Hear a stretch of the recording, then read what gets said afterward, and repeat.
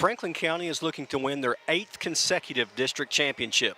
To do that, they have to knock off a good Great Crossing team. Now let's play for a title on the Game of the Week.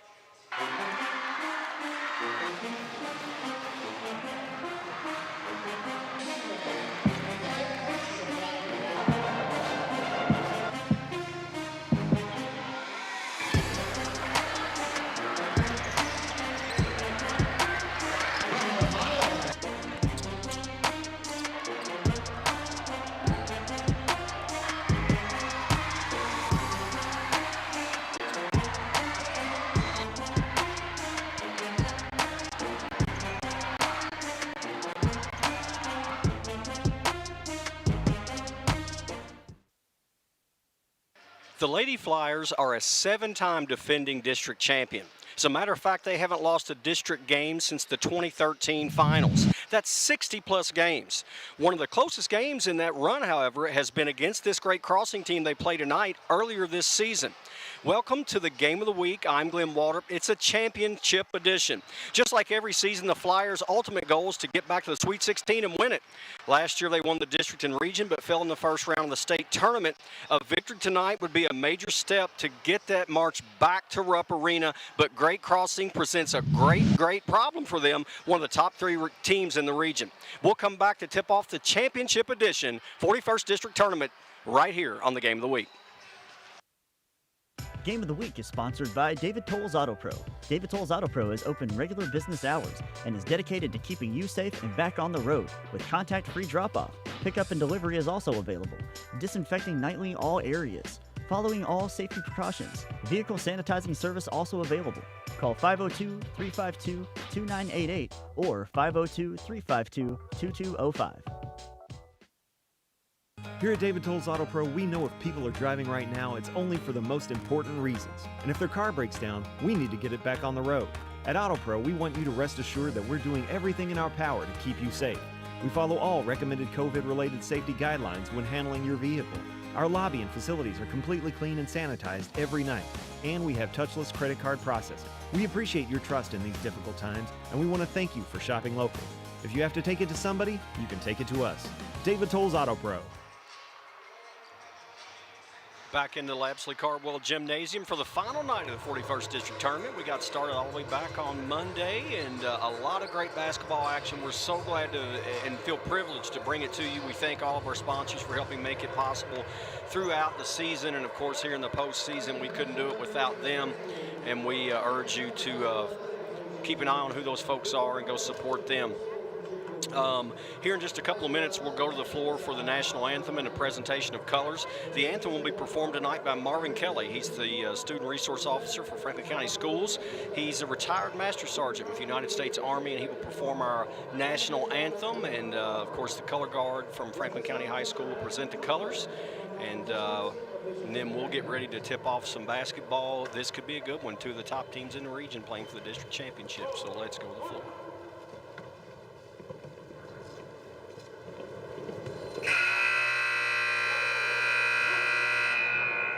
Ladies and gentlemen, please rise for the presentation of colors of Western Hills Air Force Junior ROTC and her band statement for the queen of our national anthem.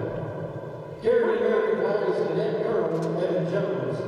The state flag of Kentucky is carried by Cadet Major Cassidy Rucker. Rifles are being carried by Cadet First Lieutenant Ben Curry and Cadet Chief Master Sergeant Bryson Dolph. Now singing the national anthem for us is retired Army Master Sergeant and current Franklin County School Resource Officer Marvin Kelly.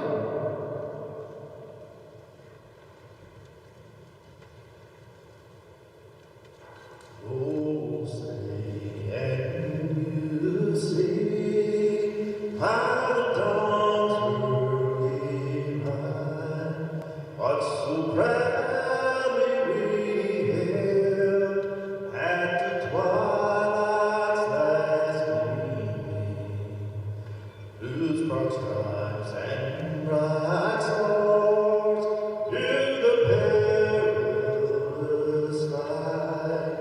Oh, the ramparts we watched were so gallantly streaming, and the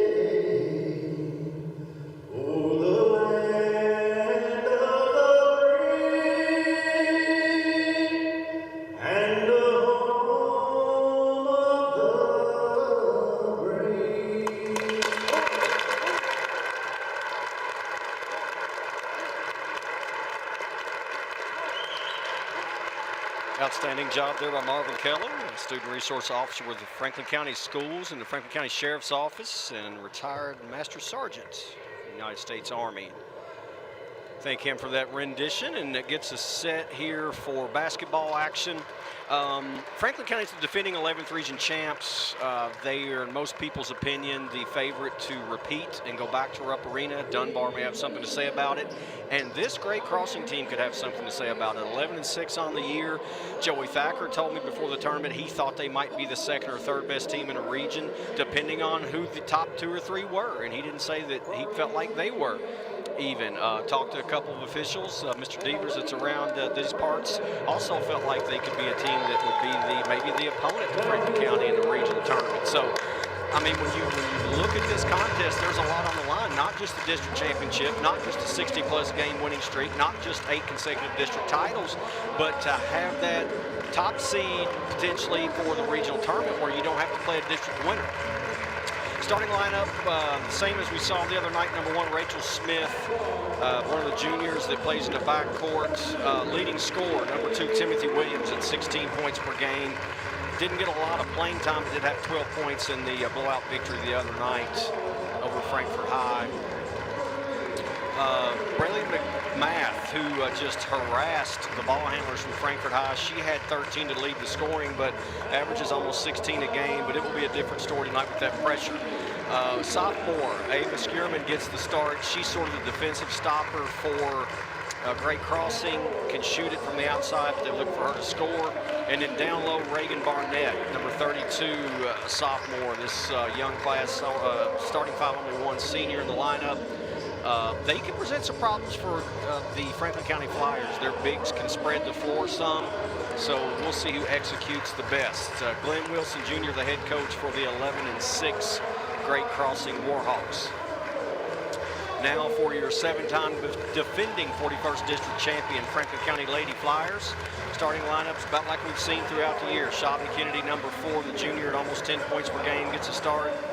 Beck Carter, number 5, who can really harass the ball handlers here and can make things go defense to offense, the other starter. And then, of course, Miss Basketball finalist, All-State candidate, University of Tennessee signee, Brooklyn Miles at 16 points per game.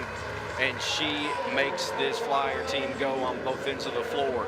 But you talk about a force. Patience Laster down low, the junior, averaging 15 points, 9 rebounds, shoots at about a 60% clip. She is a force. And then the sophomore down low at about 6'4", Javen Mead, had a nice game the other night in their win. And that too big roll down there between Laster and Mead can cause a lot of team problems, especially when you have Brooklyn Miles out on the point. As I mentioned, they played a close game, did Great Crossing in Franklin County. Ended up being a 67-52 win. It was closer than that. And Franklin County's they will need to play well tonight to have a chance to be the champion of the 41st District. As I said in the open, their last loss against any district opponent was the finals in 2013. As a matter of fact, it was on February 22nd of 13. They lost 68-64 to Frankfort High in the finals of the 41st District. Haven't lost a district game in regular season or tournament time since, so a big streak on the line. Franklin County with the ball in the home whites on the floor here at Western Hills High School. We're underway playing for the Nets and the Hardware. Miles, skip pass, Laster, a little step through. She traveled before she got the shot away. Good idea, just a little bit of a hop there and turns it over. Great Crossings will bring it up. Crossing, I should say, that is McMath, the point guard, guarded by Miles. McMath will pull up, too strong. And a nice rebound down there, pulled away by Carter against the taller Barnett. Miles quickly to the bucket and one.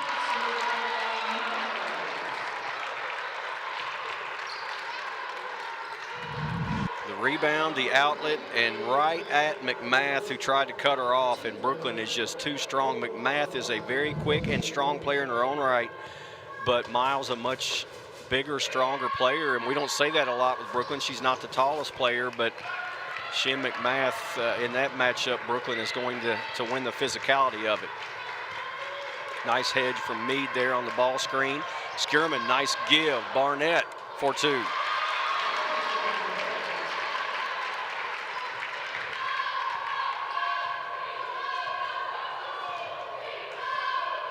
Barnett, a sophomore. Gets the Warhawks on the board, right back down quickly now, and hitting the 3 is Shavy Kennedy. Franklin County hit 11 threes in the win over Western Hills the other night. 11 players scored, and Joey Thacker wants them peaking at the right time.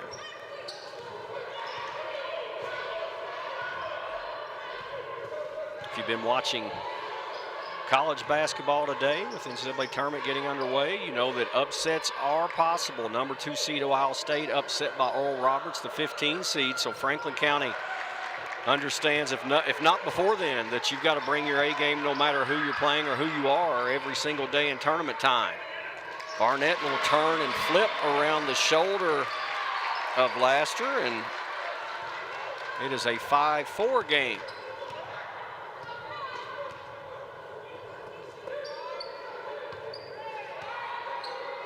High post, Meade, Kennedy over Carter. Zone defense from Great Crossing. Miles. Her three-point shooting has really improved. And if teams are going to zone Franklin County, which they want to do, that can be a problem if she's making that shot. Pressure on the full court didn't lead to a turnover in the back court, but sped up Great Crossing enough. It was a bad pass by Williams. A turnover. And Franklin County quickly back into the front court with Miles handling it against the 2-3 zone. Miles one more time. Hits one more time.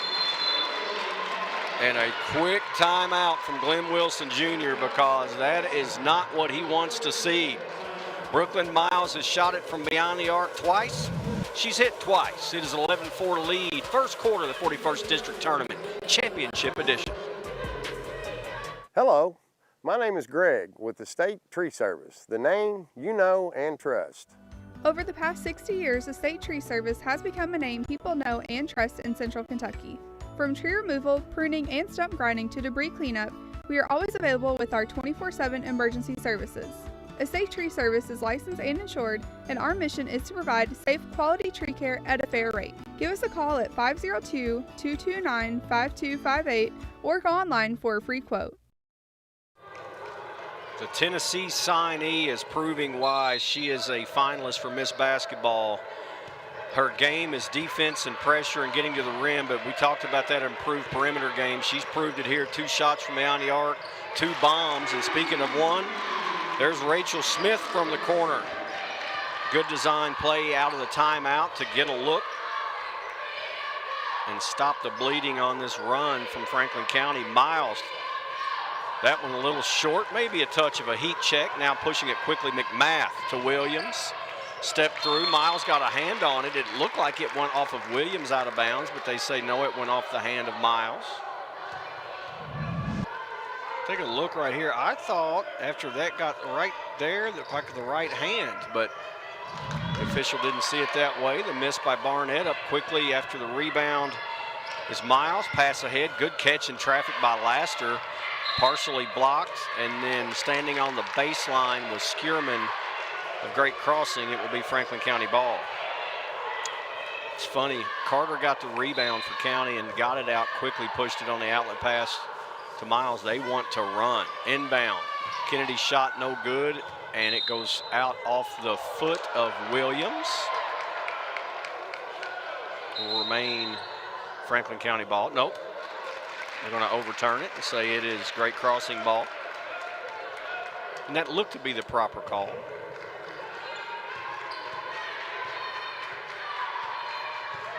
McMath will slowly bring it up.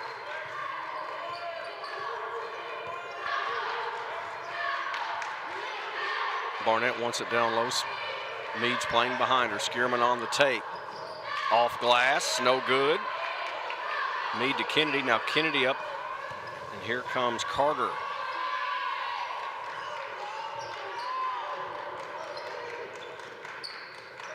Good ball movement here on the perimeter. Nice pass. Meade misses the shot, but the foul's on Williams.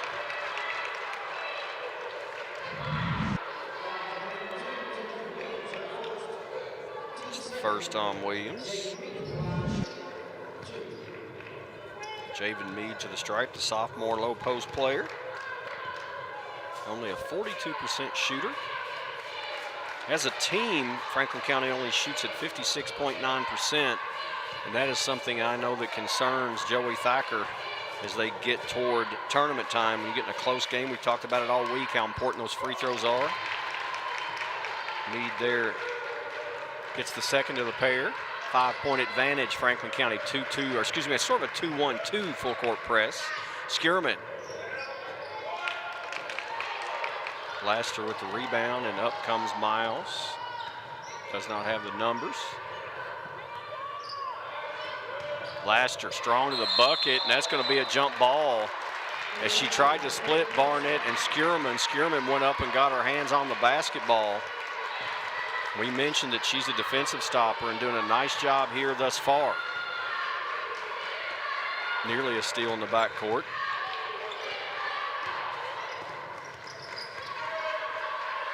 Williams will now set it up, guarded by Miles. Ball screen from Barnett. 15-foot jumper, nice.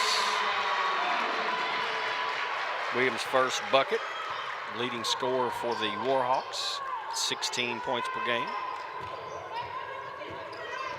Miles.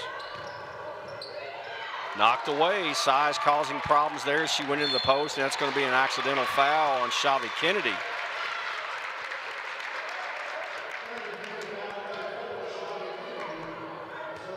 So Great Crossing has done a nice job weathering the storm when it's an 11-4 game, and timeout called. Got a 3 out of that break, and since then they have looked much different. Runner no good. Barnett right there for the weak side rebound and putback, and it's a 1-point game. Barnett was 6 already.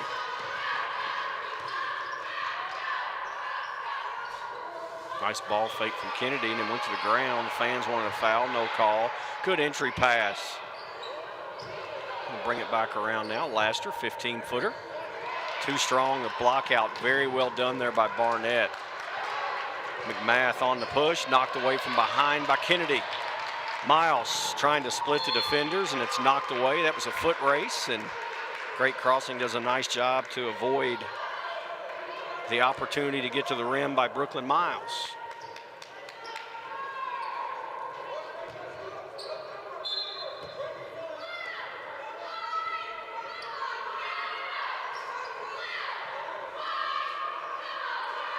Miles in the corner, wide open.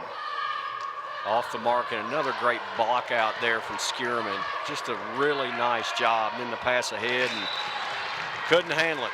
Rachel Smith maybe was trying to get the shot up before she caught it.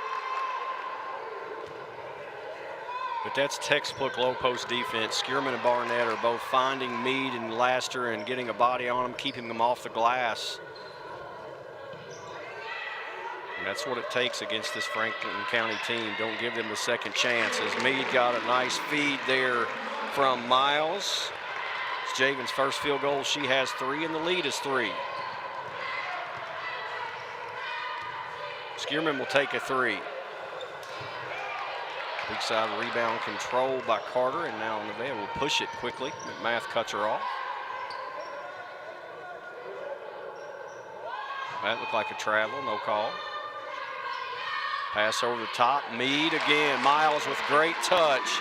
And while Barnett and Skierman do a great job on the low post, they're giving up a lot of size to Meade, and Franklin County's taking advantage of the last 2 trips. And there they try to get a pass down from Williams to Barnett.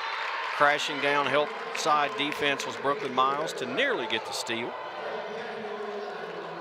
Now with 1:32 left, going to get her first subs for Franklin County. The 8th grader, Juliana Frazee, will come in the low post and gives Patience Laster a breather. Also in is Starks for Franklin County. As Kennedy will take a seat. Ball kicks. Also now in is Haley Ward, the senior number 23 for Great Crossing.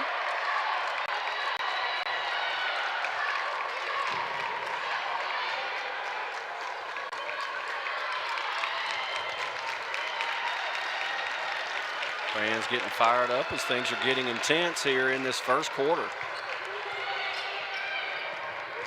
McMath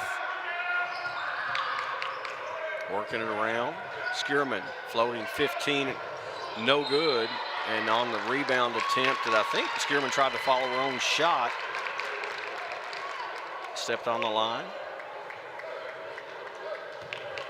And had she gotten control, I don't know that if she were the one following the shot, I don't think she could have gotten that rebound. To be the first person to touch it after taking the shot that didn't hit the rim or the backboard.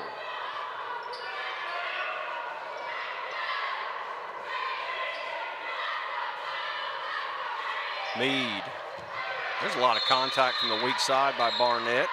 No call, but it is going to be Franklin County basketball.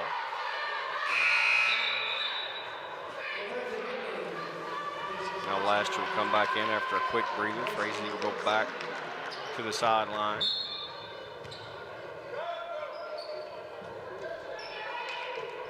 There's Meade. They just keep finding her, and she does a nice job of catching it and not bringing the ball down where a smaller defender can knock it away. Takes it right back up off glass. She now has 7, and that is the lead in this one under 40 seconds to play in the first quarter. Williams, strong take. Rebound Barnett, and there was some contact. The foul will go on Meade. Third team foul. First on Javen.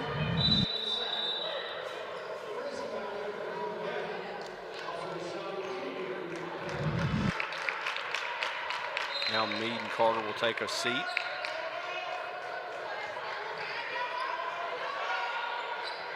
Skierman off the mark, and that will go out of bounds to Franklin County.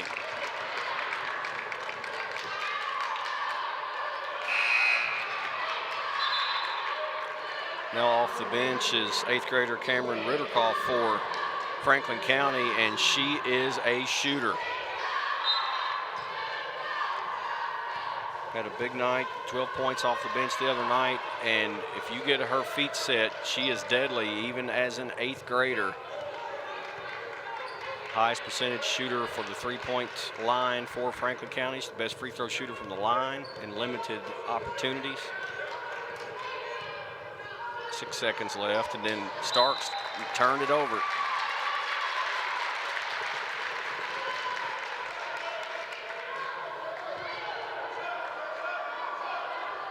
McMath, plenty of time. It'll count. No good. Pretty good quarter of basketball. Franklin County jumped out to an 11-4 advantage. Great crossing cut it down to 1, but County right back, shooting the 3, up 7 through 8 minutes in the district championship.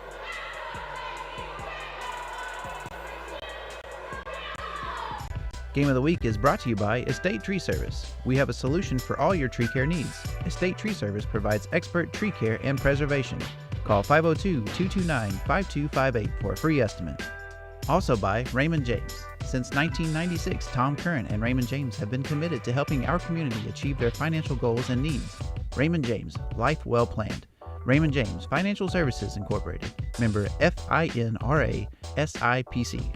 Game of the Week is brought to you by Family Dental Center, serving Frankfort for over 30 years with over 100 years of experience. Call us today for your next appointment at 791-8950. Family Dental Center, let us make you smile.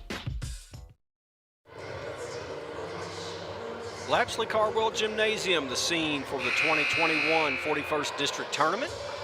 We're in the championship game here, first of a doubleheader. The boys' title game will follow between Franklin County and Frankfort High, and one we expect to be an outstanding matchup. Both teams had to work so hard to get into that district final. Franklin County, after beating FCA, took on Great Crossing, a good team. The #1 seed knocked them off, and then in an absolute thriller night before last, Frankfort High in overtime, last second shot, gets a win to beat Western Hills.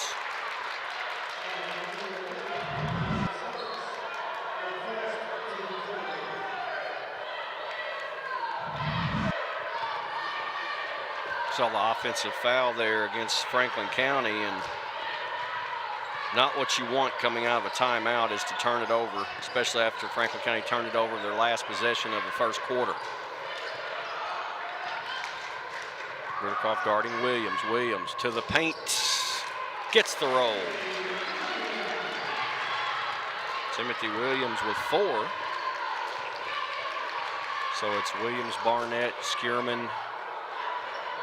As the 3 is splashed down by Kennedy. It's her second 3-point basket. Great crossing. That's Skierman with the ball driving hard now at Laster, and contact before the block. So we'll set the lineup here for you now. Haley Ward, 23 in the game for great crossing. Skierman, who was at the line. 3 McMath, 2 Williams, and 32 Barnett. For Franklin County, it's 4 Kennedy, 11 Starks, 13 Miles, 12 Ridderkoff, and 35 Laster.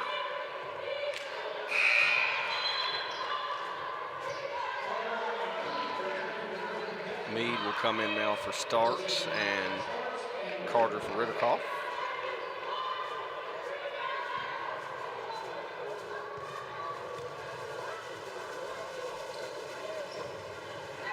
Skierman misses both. Kennedy almost traveled and lost it out of bounds, and Franklin County a little sloppy since that hot start.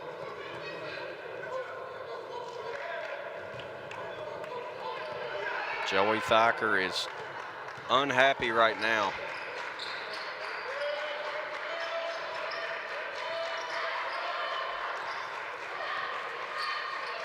Barnett out to Williams.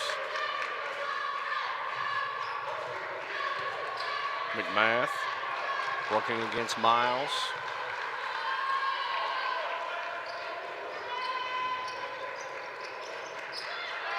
Good offensive set here. Very patient from great crossing. 3-pointer by Ward is short. Just as we talk about their patience, they take a shot that maybe they shouldn't have. The air ball leads to control from Franklin County, and Kennedy will bring it back out. Over the top. Williams knocked it away. I think that was off. It was off of Meade in a turnover, and sloppy play continues from the Lady Flyers.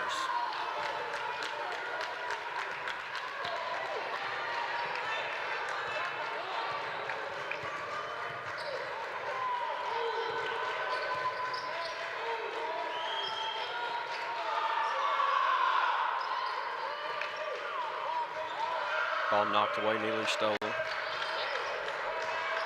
McMath, nice fake. But a good job from Franklin County staying in front between Miles and whoever hedges off the screen. And a kind of little one that's thrown up there, a little floater from Skierman, kisses glass, her first field goal. And it's a 6-point lead for Franklin County here with just under 6 to play in the first half. Miles thought about the 3, didn't pull the trigger. Brooklyn is 2 of 3 from behind the arc in this one. Meade's calling for it, got a huge size advantage. Kennedy takes the 3, no good. Shot blocked on the putback attempt by Carter from Barnett there. And then Kennedy knocks it away, and it looked like it went off the hands maybe of Smith of great crossing, but instead it will be great crossing basketball, but good hustle from Shavy Kennedy getting back.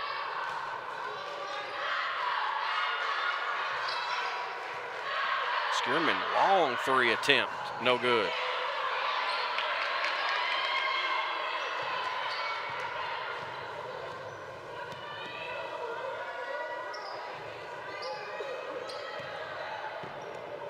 Miles, 3 of 4 from behind the arc. That's going to be a timeout by great crossing as they want to talk. 24-15, 9-point advantage. Biggest of the night here as we're in the championship game of the 41st District Tournament. County going for 8 in a row. The Family Dental Center is open and serving Frankfort's patients in a safe working environment, following all CDC recommended safety guidelines. You can save 15% on implants today by taking part in the Dental Implant Contribution Plan to help make your care as affordable as possible. Visit tv.frankfortimplants.com for more information. If you have any questions, call 502-829-7541. Family Dental Center, here to serve you. County had turned it over a couple of trips in a row, didn't look good, but You look up at the board, and it's a 9-point advantage with 5 minutes to play. Ball knocked away by Laster. Nice job as they tried to slip Barnett from high post to the block. Laster saw it, knocked it away.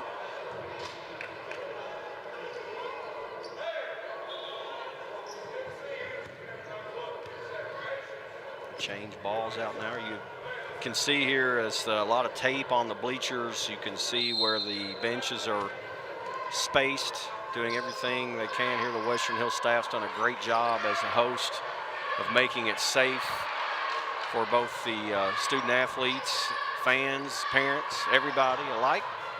Last year just lost control of it.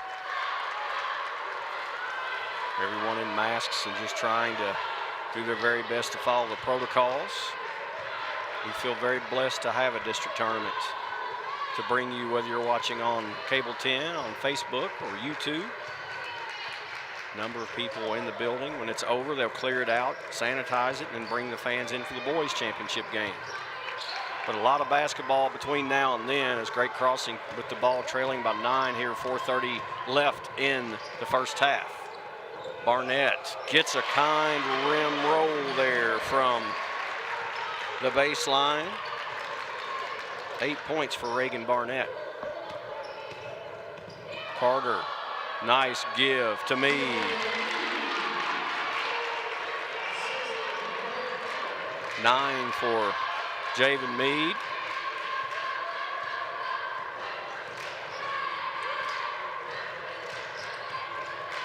McMath to Smith. Just off the back iron. Barnett battling with Meade. Gets the rebound.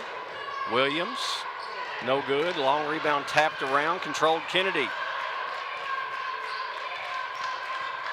McMath went for the steal.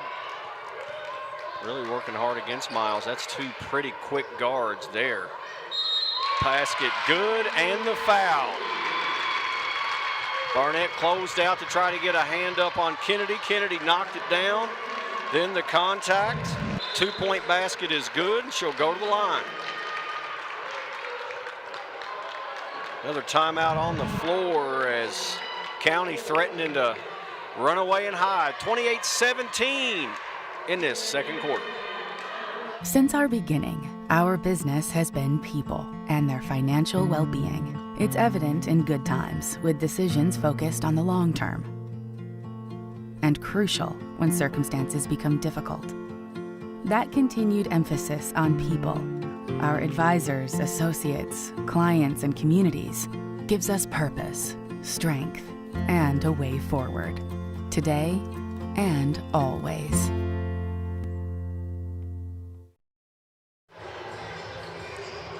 Kennedy has played very well, Shavi Kennedy. The junior averages about 10 points per game, and she's right at it right now. She's got 9 and hit a couple of threes to get things going early. And then this last play, a nice pass from Miles, stepped right into it. There was the foul after the shot. Shavi Kennedy's 9 points have helped propel the Lady Flyers to an 11-point advantage. She'll go to the line to try to make it 12 as we are just about at the 3.5-minute mark of the first half. And Kennedy knocks it down, a 56% shooter, but boy, that was a nice form with rotation and arc. Splash down, and biggest lead now is 12 points.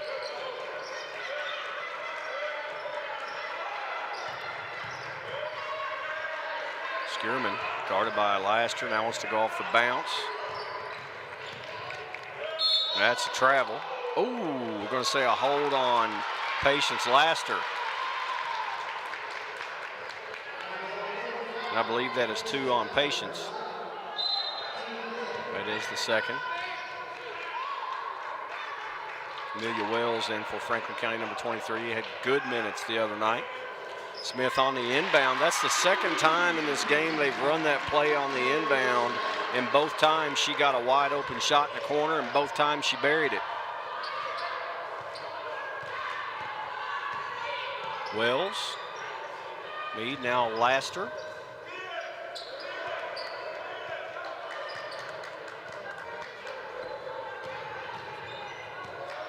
McMath staying with Miles. Miles gave it to Meade. Meade couldn't handle it. got to give McMath credit. There are very few people that can even get close to staying in front of Brooklyn Miles, and McMath has done a pretty good job of it tonight.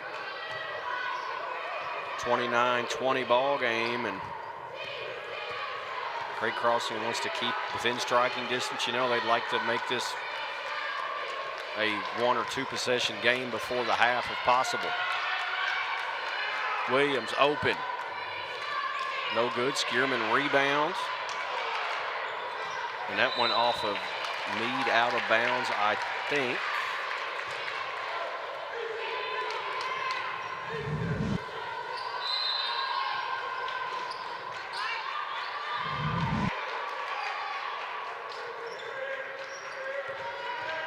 McMath, floater blocked by Meade, but a foul on Javen Meade. Coach Thacker smiling, arms crossed, as I think he felt like Meade had pretty good position. It's McMath's first point. Oh, look, hands up.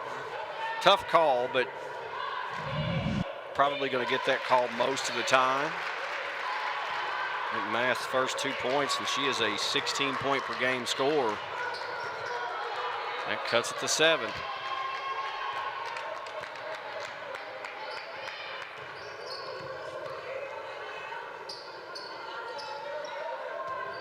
Switching out front here now is Great Crossing.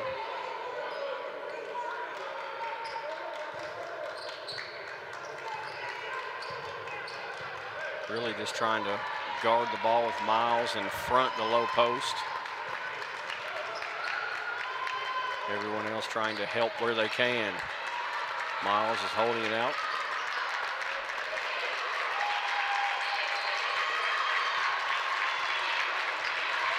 Miles are posting up down low. McMath stayed with her. Shot doesn't fall. Now McMath quickly up and then throws it away. And Wilson Jr. clapping his hands, pointing to his head, saying, let's think a little bit. McMath here tried the little no look, and she thought Skierman was going to the corner. Skierman had gone down to the block, and unforced error. You can see her switching out front. Good take from Carter. Shot's no good, but she'll draw the foul. That's on Barnett. It's her second foul. Under a minute to play in the first half. Bea Carter will now go to the line to shoot 2 free throws.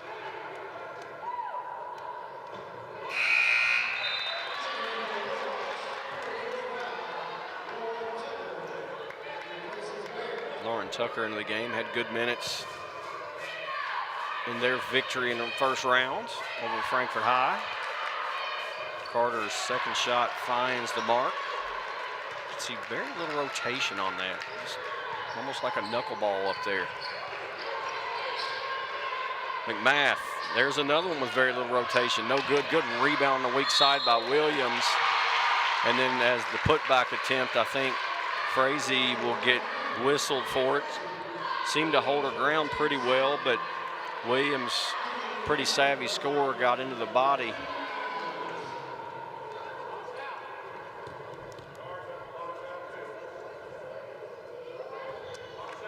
Both teams struggling from the line.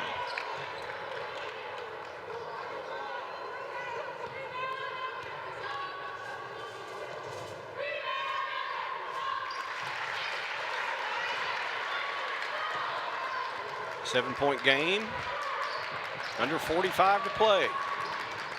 We'll have your halftime and highlight show in just a few moments. Of course, again, it's game 1 of a doubleheader. The boys coming up next. Franklin County and Frankfort High will renew their rivalry, and they'll be playing for the championship. Frankfort High hopes to three-peat as 41st District champion. Miles backing it out. Like they'll hold for one shot here. We saw Frankfort High do that against Western Hills in the boys game. The last minute and 10 seconds of overtime before Jackson Twombly hit a layup just before the buzzer to give the Panthers the win. Miles on McMath.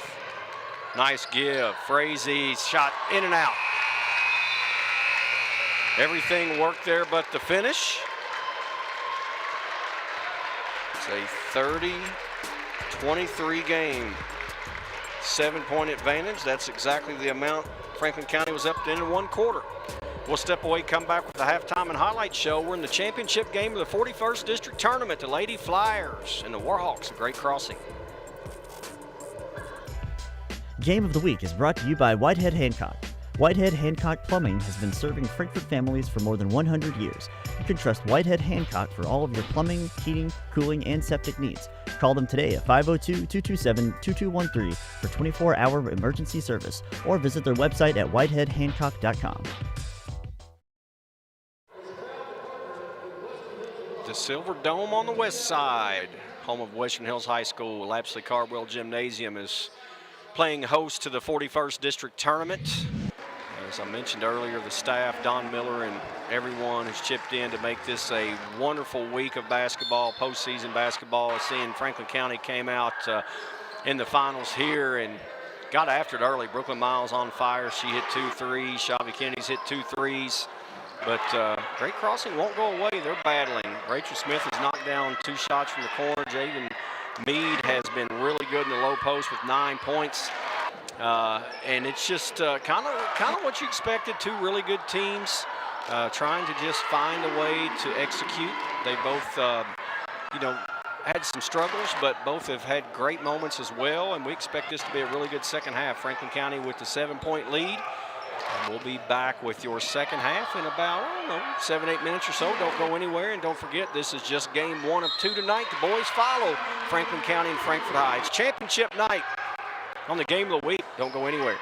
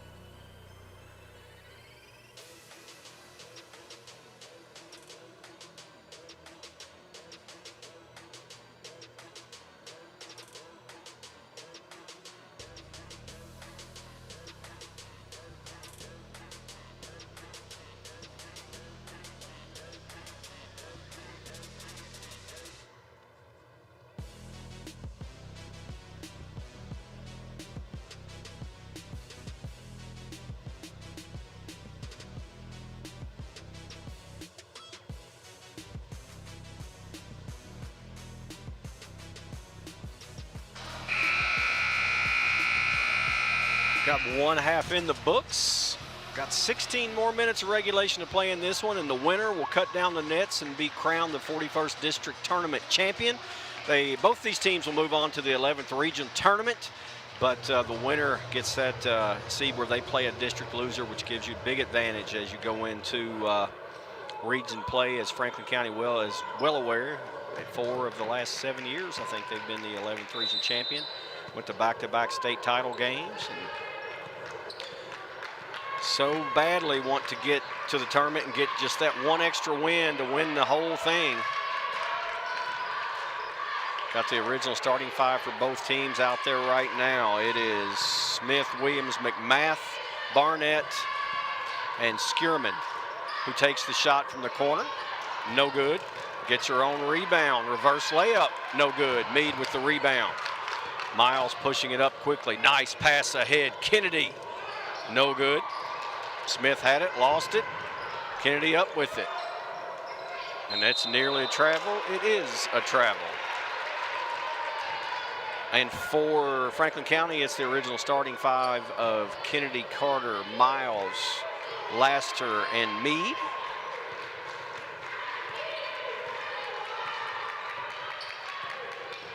McMath has yet to hit a field goal. She has been bothered a lot tonight by this Franklin County defense.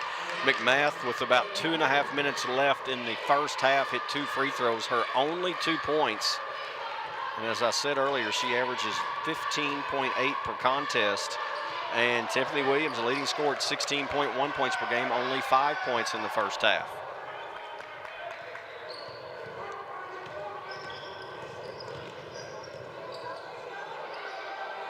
Miles to Laster, kind of a mid-post there, extended. Now they'll get it back out to the top of the key. Miles a reset, checked by McMath. They'll switch out front as they've done a lot this evening.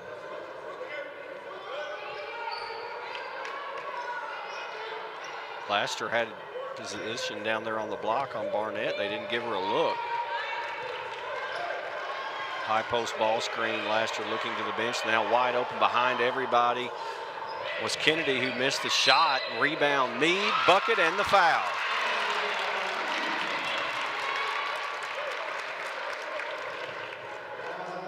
Patience Laster scoreless in this one, but the low post slack has been taken up and then some by the sophomore Javen Meade. 11 points for her as she toes the stripe here. She leads all scorers with the exception of Brooklyn Miles. They are tied.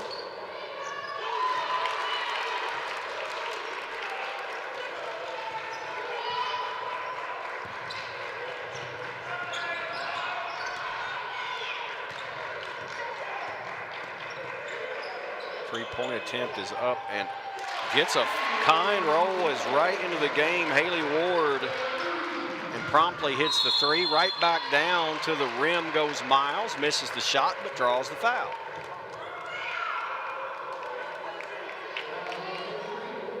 That was on Ward, the personal foul, who just hit the 3-point shot.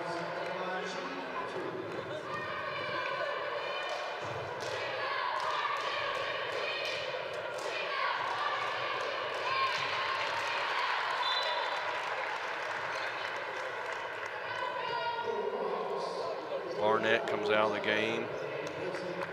McMath also getting a breather. As Tucker joins the lineup now.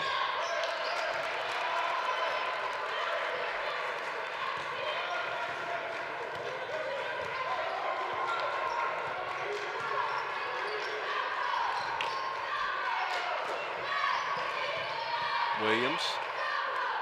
That's a nice little move. Got to the paint with the left hand, split the defense, little runner. She now has 7, and the lead for Franklin County is 7.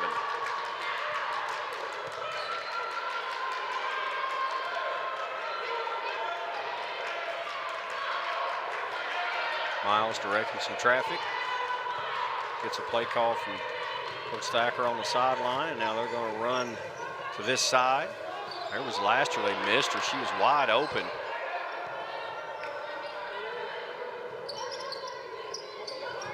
Pass over the top, nice look, basket and one. Miles with a great entry pass over the top as Blaster got the seal, slipped to the bucket. Great angle there. Skierman tried to get the stop. Patience Laster with the basket. She'll go to the line now with a chance to make it a 10-point lead. It's the first foul on Skierman. Now Tucker's going to come out of the game as she is replaced by Layla Custer.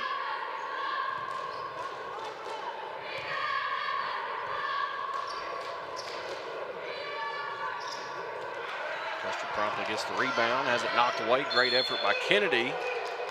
And the official right on top of it. You can hear him say blue ball.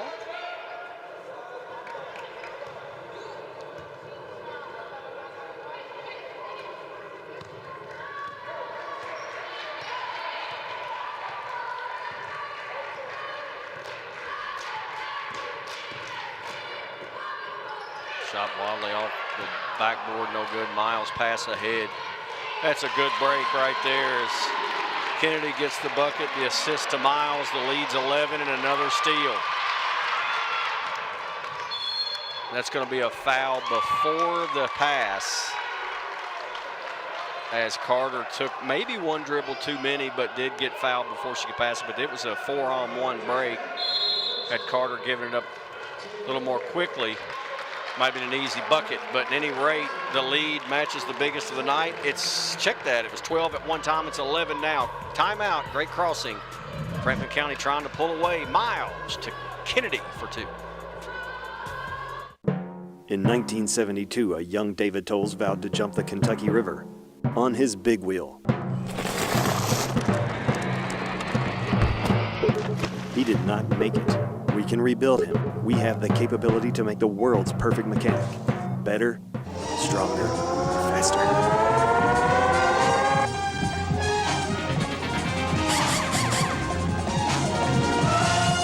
David Tolles Tires and Auto Service on Duncan Road. Franklin County, Laster can't finish, but a quick foul. And the Lady Flyers trying to impose their will here in this third quarter. You can see Laster clapping for it. And before she knew it, it was Williams was picking up the foul. Check that, they actually gave it to Ward. Laster misses another free throw. And again, that might be the Achilles heel of this Lady Flyer team. They only shoot it at 56.9% from the line, and that can be so big. Last year, the best shooter of the bunch at nearly 71%, but 0 for 2 tonight.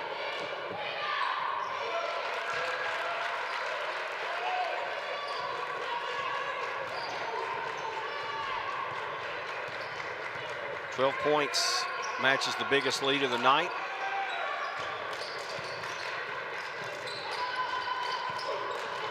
Carter nearly with the steal, and that'll be a foul. That is a really late whistle. You can see they're all kind of smiling.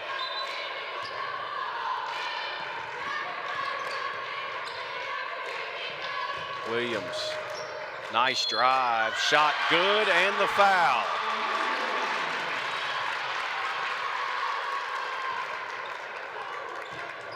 It's going to be a foul on Carter. Williams gets the bucket. Here's another look. Whitehead Hancock instant replay, and you can tell that is a tough shot.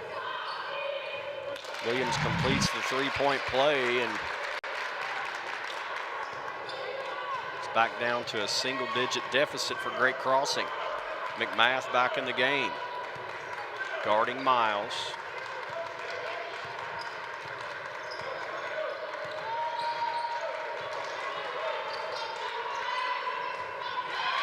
Skierman does a nice job to throw knock the pass away, and Patience Laster looked out to Carter and said higher. So she had position. It was just a little low on the pass. She wanted a little more in the air, and there's been a lot of success tonight making that pass from out on the floor to the low post.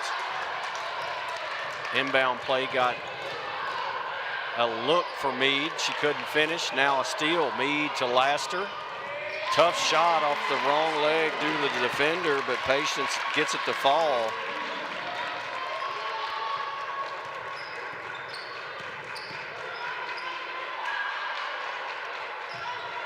Williams, another floater. That one altered, if not blocked, by Meade.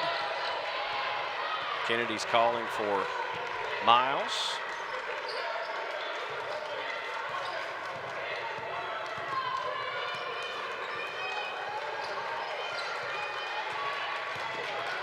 It's a good matchup between two quick point guards, and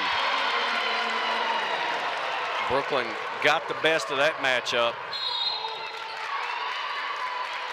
There'll be a foul on the other end now, as you can tell the official heard something he wasn't real happy with. The foul's on Laster. I believe that's the third on Patience.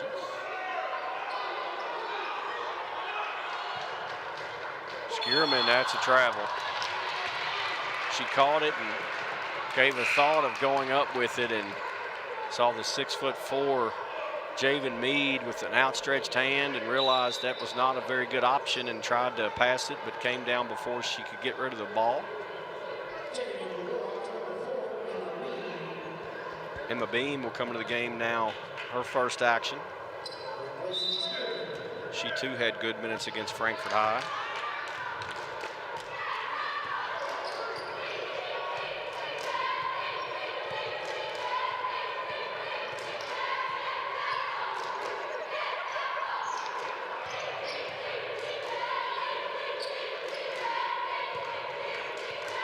A 13-point lead is the biggest now of this contest. Miles, too strong on the jumper. Meade knocked it away. It will be great crossing ball.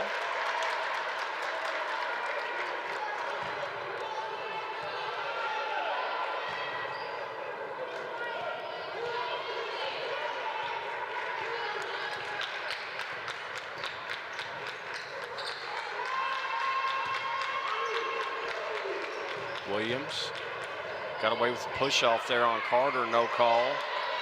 Rebound Meade, knocked away by McMath, controlled by Williams. Ward, big three. Her second three-point basket makes it a 10-point game. Set up from the defense of Braylee McMath.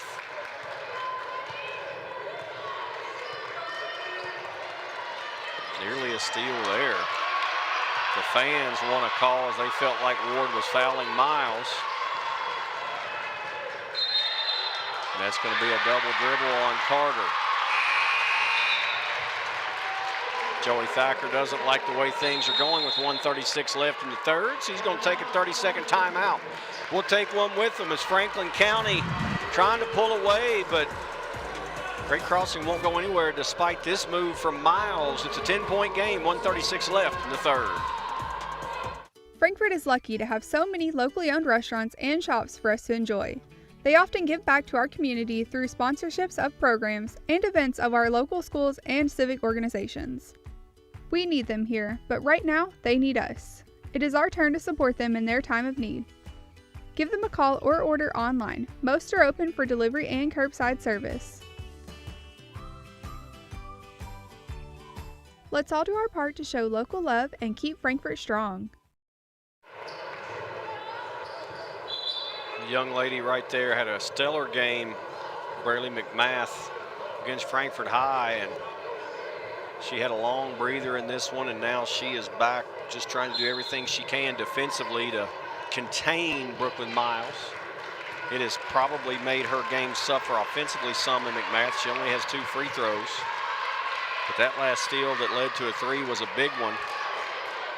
And there's another big play as it was tipped away, controlled by Beam, then blocked by Meade. Pass up and good. Tough shot there from Amelia Wells, who came in at the break. And what looked to be a good opportunity for Great Crossing turns into a bucket for Franklin County in transition.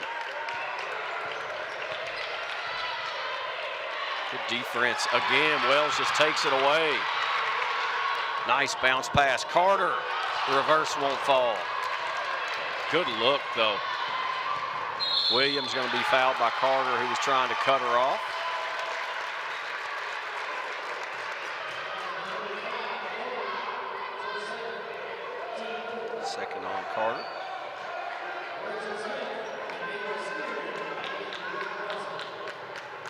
Smith will trigger the inbound, and she will more than likely be the person they're trying to find as a shooter. Twice they've done it in this contest. Twice she's hit a three in the corner. That's going to be a reach-in, and they were trying to set that up indeed, but before they could get there, the reach-in foul on Kennedy. That's her third. Each team with 5 team fouls now. As you can see on the screen, only 2 timeouts remaining for Great Crossing as Franklin County has 4 of their 5. Nice job hedging again out there on the screens by Meade. Skierman, tough shot, good. That's Ava's 4th point.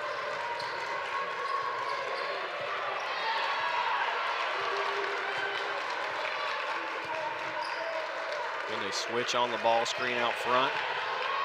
Or on the handoff, whatever the change is, they've screened it or switched it all night.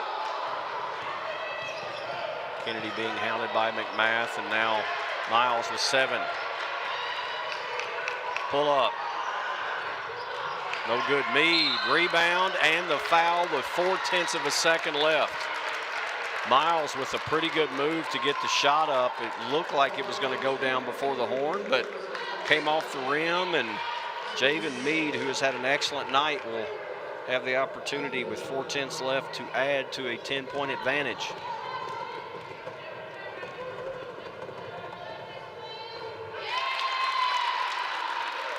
Now 3 of 4 on the night from the line, 13 points for the sophomore low post player.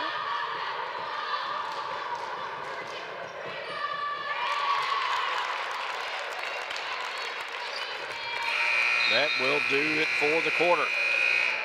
48-36. Franklin County at the end of the 3rd quarter. We're 8 minutes from crowning a champion. Don't go anywhere. We'll be back with that 8 minutes in just a moment on the Game of the Week from the West Side.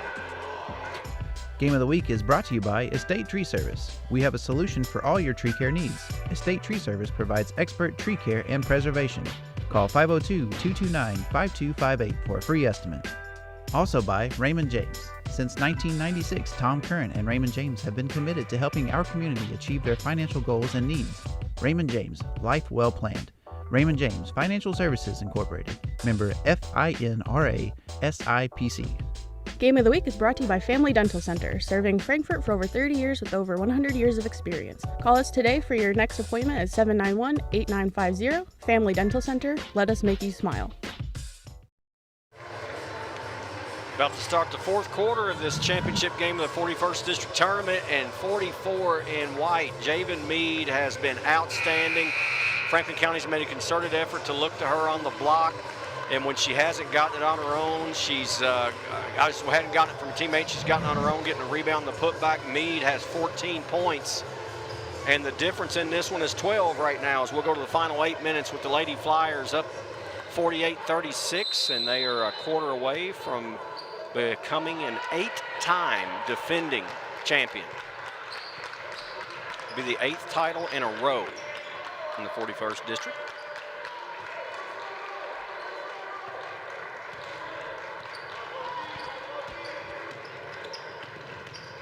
Williams, dribble handoff into the paint. Barnett had nowhere to go with it. So both teams have their, well, I take that back. Great Crossing has their original starting 5 of Smith, Williams, McMath, Skierman, and Barnett. Franklin County has 4 of the 5 with Carter, Miles, Meade, and Kennedy. Wells, the only non-starter in their 23, and Amelia has had a bucket and a steal and played well in limited minutes. Entry pass from Carter stolen away. Williams pushing it up, splits the defenders, and the foul's going to be on Carter, I think, sort of a, no, I take that back. It's going to be on Wells. Looked to be sort of inadvertent as clipped the heels of Timothy Williams as she went to the basket. Here's a good look at it. It's caught the leg there.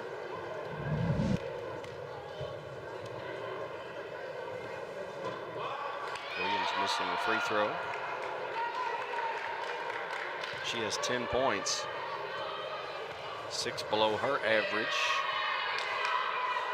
but has plenty of time to reach that and then some with 7:15 left in this one. And again, a reminder, the boys championship game coming your way about 30 minutes after this one concludes. Frankfort High and Franklin County.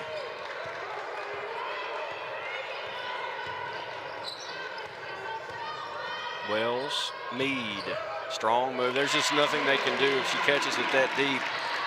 Barnett's a good low post player, but just doesn't have the size to keep up with Javen Meade down there. Quick three from McMath, no good. And Carter was pushing it, and Brooklyn Miles said, stop and give me the ball. We've got the lead by 13, and the clock is our friend. Wells down the paint and travel.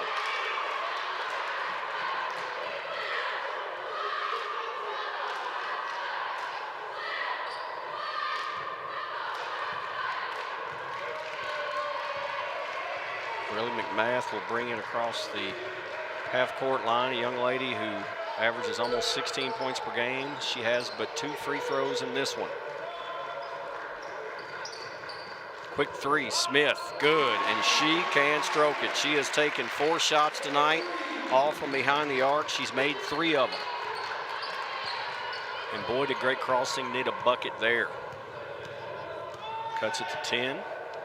Nice pass again, high to low. Javen Meade. Brooklyn Miles has just had that touch all night from about 25 feet on the floor, just dropping dimes right over the defense, and Great Crossing has no answer for it.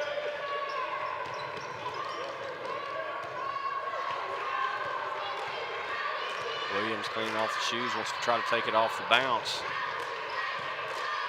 Nice crossover. Steal by Carter. Tried to get the look ahead and threw it behind Miles. Actually, Kennedy was the one that was the most open. Williams, no good, and Meade with the rebound. Strong hands and draws the foul. And that will go on Barnett of Great Crossing. And that will send Franklin County to the line to shoot 1-on-1. Both teams now will shoot the bonus from here on out.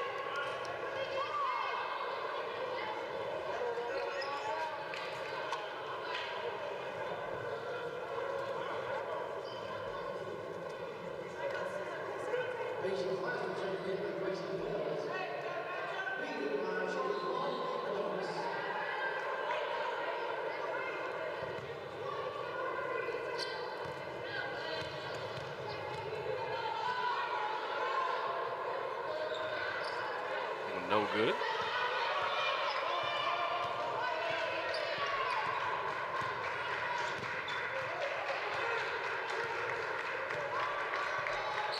County in their man-to-man.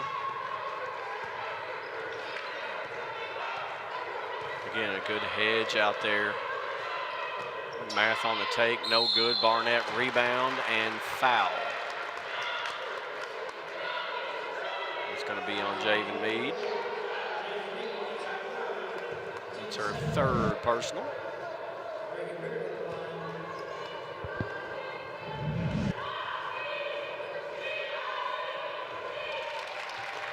Barnett came out, had 8 points early and has been very quiet since then. She now has 9. Only a sophomore. Gosh, a lot of contact right there, and no call. As Laster had position, it looked like McMath was trying to come around, and that was a pretty big collision.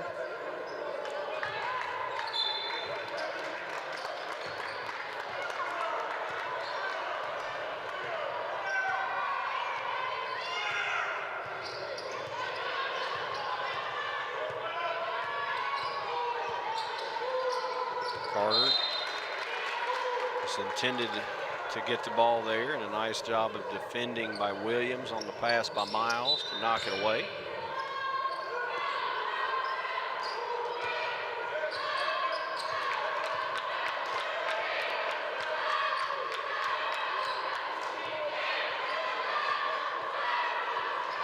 Miles is going to run some clock.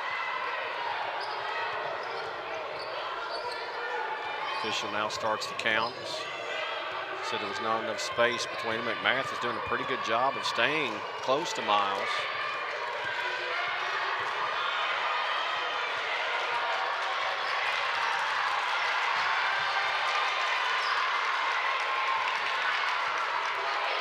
Pass over the top again to Meade, tied up, and that'll be a jump ball. And while Meade was able to go get it, put her in a bad spot as there was a double team there waiting. Tucker getting help down there. She was trying to front, inbounds, Laster, bucket and one. Playing through some serious contact there, and Patience just went right to look at that contact and still got her head up, eyes to the backboard. That may put Great Crossing in a bad way here. Under 4 to play, the lead again 13. Now 14. Biggest lead of the night.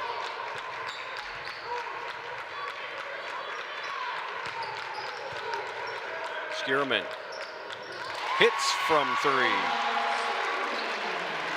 She struggled shooting early, but found the range there just when they needed it most. And now what they need is a stop and a bunch of them, or Franklin County is going to cut down the nets. Nearly a turnover there by Carter.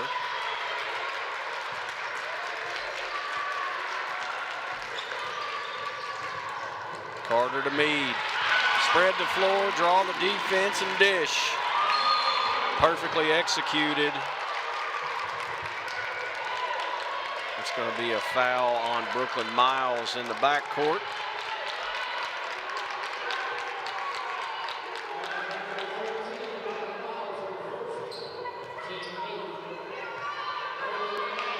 Thacker coaching like he's down 13 instead of up 13.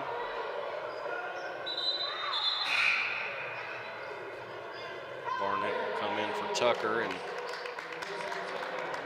Braylee McMath will shoot one in the bonus.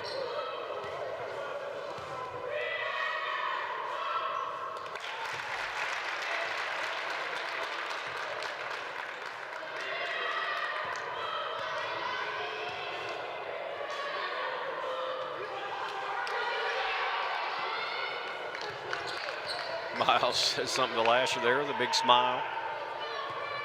Of course, with the exception of her freshman year when she didn't play basketball, Brooklyn's been on the big stage since she was a youngster. Sort of had that breakout in the state tournament as an 8th grader, and since then has put on a show, the second all-time leading scorer in Franklin County history, over 2,000 points.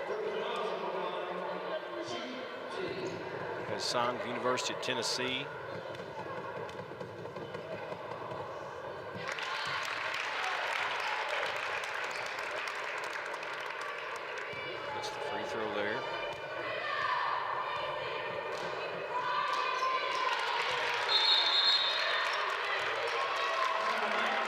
Timeout, Franklin County.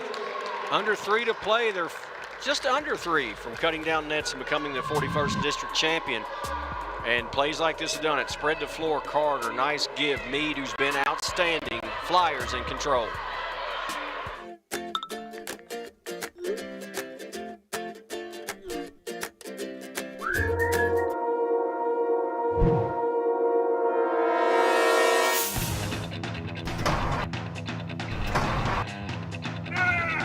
Call David Tolles Auto Pro for all your automotive needs. Don't let your car keep you from making important plans. Take it to David Tolles Auto Pro, 515 Duncan Road and 1348 Versailles Road. Lady Flyers hope to replicate what they did last season and improve upon it. Once they do, they got to the state championship game, or excuse me, to the regional championship, won it, got to the Sweet 16 and knocked off there by Anderson County, and was the last game of the year. But Brooklyn Miles said, if this is my last run, I'm going to do what I can to get back to Rupp, as she has really been outstanding, as one would expect throughout this entire season. She's a finalist for Miss Basketball. As I said, she's signed with the University of Tennessee, one of the traditional powers in women's basketball and all of college basketball. And, you know, she wants one last chance to win the major title, the state championship. Been so close twice.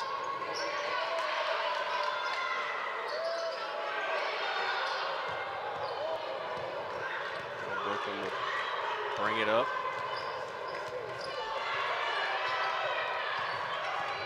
And she might not give it up very often. She may keep her hands on the ball for a long time. Joey Thacker just slowed her down, said, hold on, we're going to move somebody. Wide open look, Kennedy. Mead, another rebound. And then accidentally commits the foul, and Joey Thacker was upset with the shot selection there, even though it was an open three. With the score as it is right now, up 14 and under 3 to play, the clock is your best friend. And I have been through some of their practices, some of the specials that Cable 10's produced. Staff, David Columbia, Zach Hubbard, and those guys have worked so hard on in the past. When you're in practices with Coach Thacker and the Lady Flyers, it is intense. Their film sessions are intense, and I'm quite certain that when they watch film there, he'll have a lot to say about that play. Barnett continues to play well. She now has 11.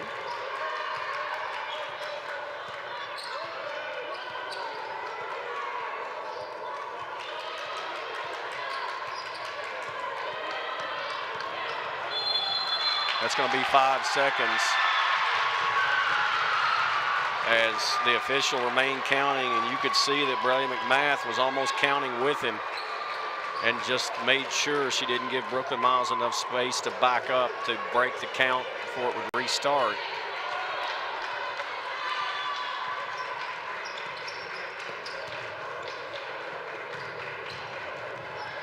Williams cut off by Carter.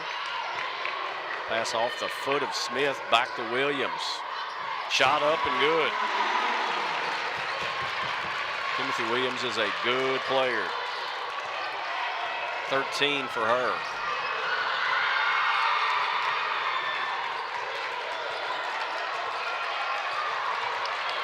These two guards are both very quick, a lot of pride.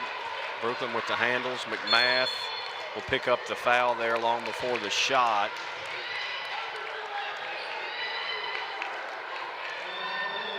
But McMath may have done a good a job as anybody I've seen on Brooklyn out on the floor that far playing sticky man-to-man. I don't know if I've seen anybody that has done a better job. Shooting 2 here, although Carter, hey, gonna play hard. Brooklyn misses both. So still a shot here. Minute 10 left, down 10. Great Crossing can make it interesting with a bucket here, but they don't have a lot of time. Williams trying to spread the floor. Nearly a travel. Spearman, McMath, the defense good from County. Ball screen, McMath. 3, Smith, in and out. For Great Crossing, as now they will have to foul, and with 37.7 seconds left. It's going to be a free throw contest, and really Great Crossing is just about out of time. Miles, who missed her last 2, rolls that one in.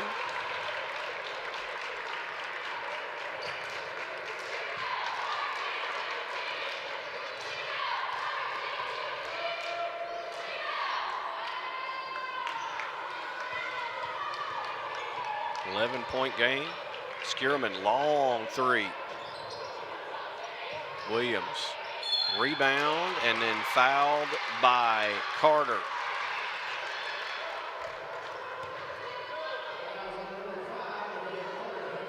And I believe I did not talk to Don Miller or the staff from Western Hills about this today, and I apologize for not knowing, but I think what they may not cut down the nets. What they've done in the past is wait and do one end after the boys' game, and they'd have the girls on one side, boys on the other.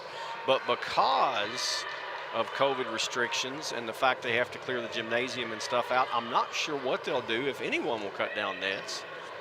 As Williams gets both, but what they may do is allow them to take them down here since they're going to clear the gym out, and then they'll play the boys' game after. But the boys' game is scheduled for 8 p.m. Eastern. Judging by where we are with the clock right now, it will probably start a little later than that. So as we finish this game up, don't go anywhere. If you're going to get up and watch a little NCAA tournament action, just keep in mind that we'll be back on around 8 to 8:15, we expect, for what looks to be an outstanding boys matchup as Frankfort High goes for a three-peat as the 41st district champion, and Franklin County, who's playing their best basketball, looks to avenge an earlier loss this season and get the district title. And McMath, that's sort of been the story of her night. I think she's had to work so hard defensively that her offense has just really struggled.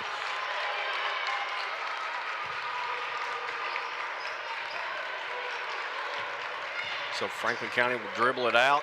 Wells with it. She'll give it to Miles, who will finish it up. And just as she's done her entire career, she is part of a team that is the district champion. That is 8 in a row for Franklin County. They haven't lost a game since the finals of the 2013 district tournament. Congratulations to Joey Thacker, his staff, and the Lady Flyers on another victory. And keep an eye on Great Crossing. Don't be surprised if Franklin County faces them again in what maybe will be a regional championship. So I think we're trying to find out here now what exactly the protocol is. It looks like everybody's staying, so there might be a trophy presentation and so forth. So it is a 62-51 win. Congratulations to the Lady Flyers. And they are rolling out the trophy, so they will do the presentation before they clear it. So we'll stay here for all of that. As you can see that Jeff Cody and Don Miller out on the floor. We're actually looking at Joey Thacker right now, but Jeff Cody and Don Miller brought the trophies out. They'll do the all-tournament team and give away the runner-up trophy and then the championship trophy. I'm curious what happens with the nets, though. It's always one of the cool things to see is when the team gets to go up there and take it down.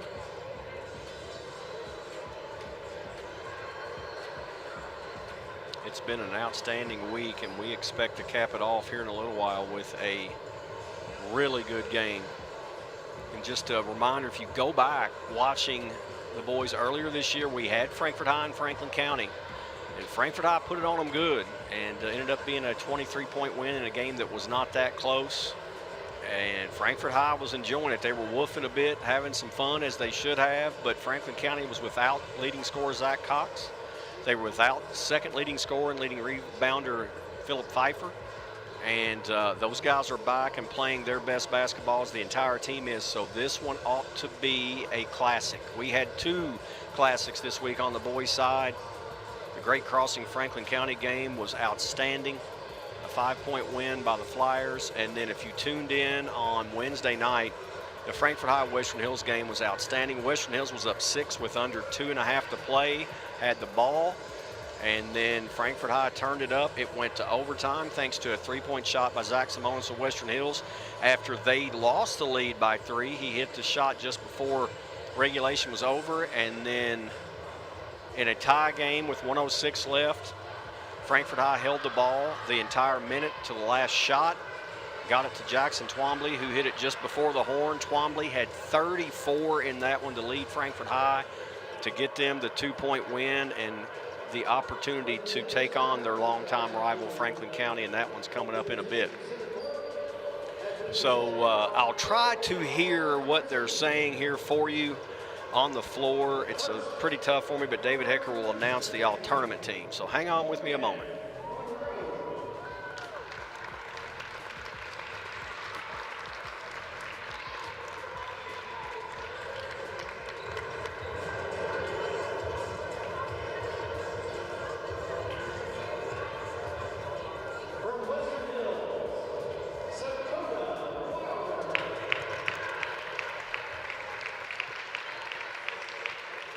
Okay, that's Dakota Water from Western Hills who was just announced. I think it was Caitlin Wallace for Frankfort Christian Academy who was announced as the all-tournament team.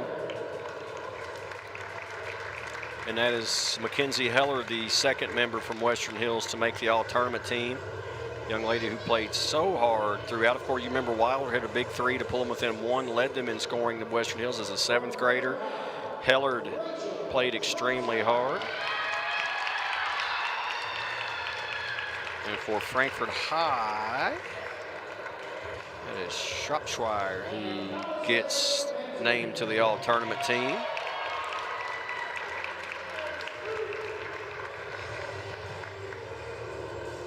And I'm trying to see who else got named.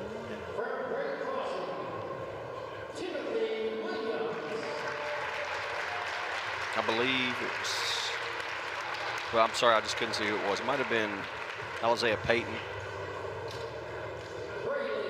You see there from Great Crossing, it is Williams on the all-tournament team, and also Braylee McMath.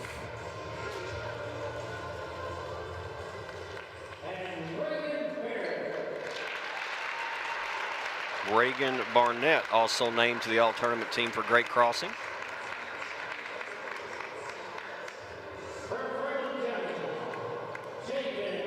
Javen Mead makes the all-tournament team. She had 20 points tonight in the title game, was just a force down low.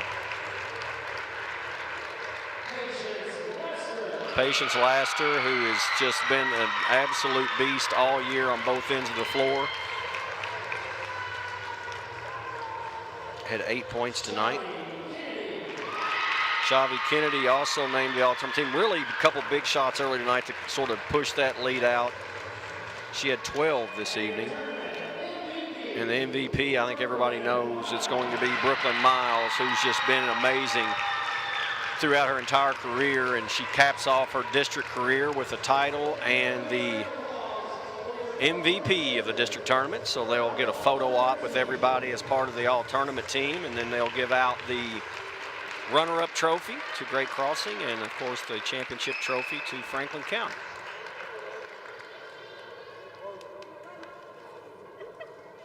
Well deserved by all there.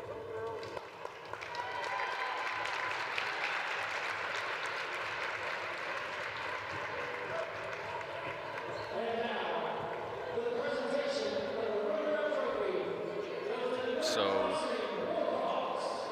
Great Crossing Warhawks will come out and get the runner-up trophy. See senior Braylee McMath out there to receive it with her teammates.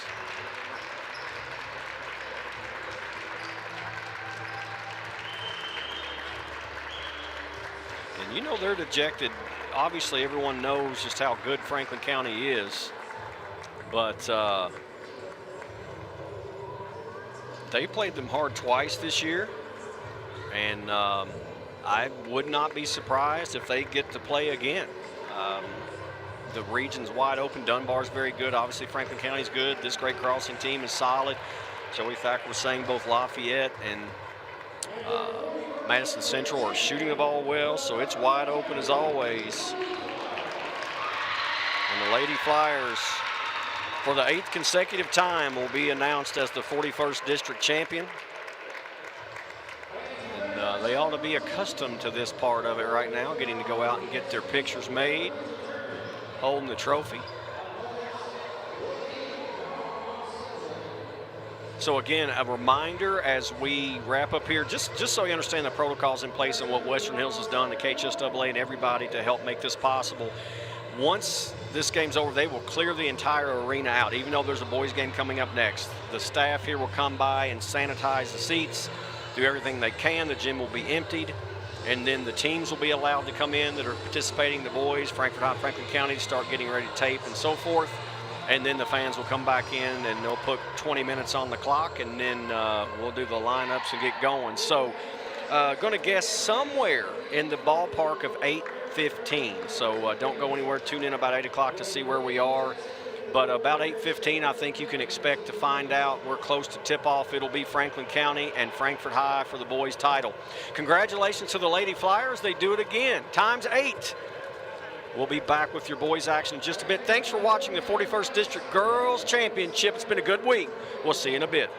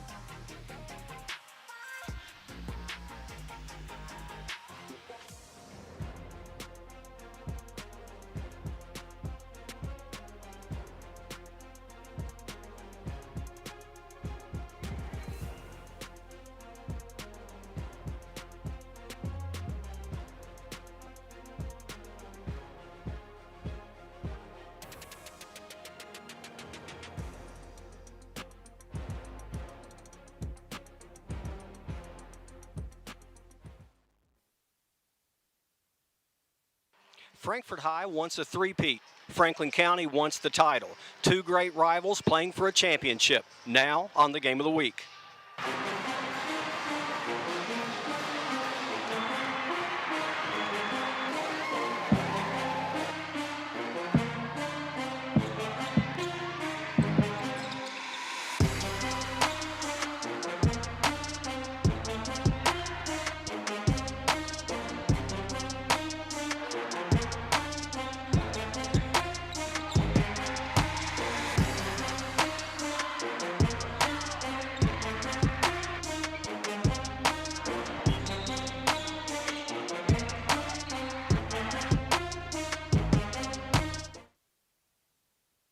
Franklin County and Frankfort High are long battle rivals. Everyone knows that. But tonight, there's more than bragging rights on the line. They're playing for a district championship. Hello and welcome to the Game of the Week. I'm Glenn Waldrop. Championship edition here from Lapsley Cardwell Gymnasium. Last year, Frankfort High knocked off Franklin County to win their second consecutive district tournament. Earlier this year, Frankfort blew out County by 23 to get bragging rights. But keep in mind, leading scorer Zach Cox, second leading scorer Philip Pfeiffer did not play in that game. So we'll see how that changes what both teams do tonight. The hard-fought victories to get here by both Frankfort High in overtime and a close one for Franklin County have them both prepared for what it takes to cut down the nets. We'll find out who's going to do just that in just a moment right here on the Game of the Week. Game of the Week is sponsored by David Tolles Auto Pro. David Tolles Auto Pro is open regular business hours and is dedicated to keeping you safe and back on the road with contact-free drop-off. Pickup and delivery is also available. Disinfecting nightly all areas. Following all safety precautions. Vehicle sanitizing service also available. Call 502-352-2988 or 502-352-2205. Here at David Tolles Auto Pro, we know if people are driving right now, it's only for the most important reasons. And if their car breaks down, we need to get it back on the road. At Auto Pro, we want you to rest assured that we're doing everything in our power to keep you safe. We follow all recommended COVID-related safety guidelines when handling your vehicle. Our lobby and facilities are completely clean and sanitized every night, and we have touchless credit card processing. We appreciate your trust in these difficult times, and we want to thank you for shopping locally. If you have to take it to somebody, you can take it to us. David Tolles Auto Pro.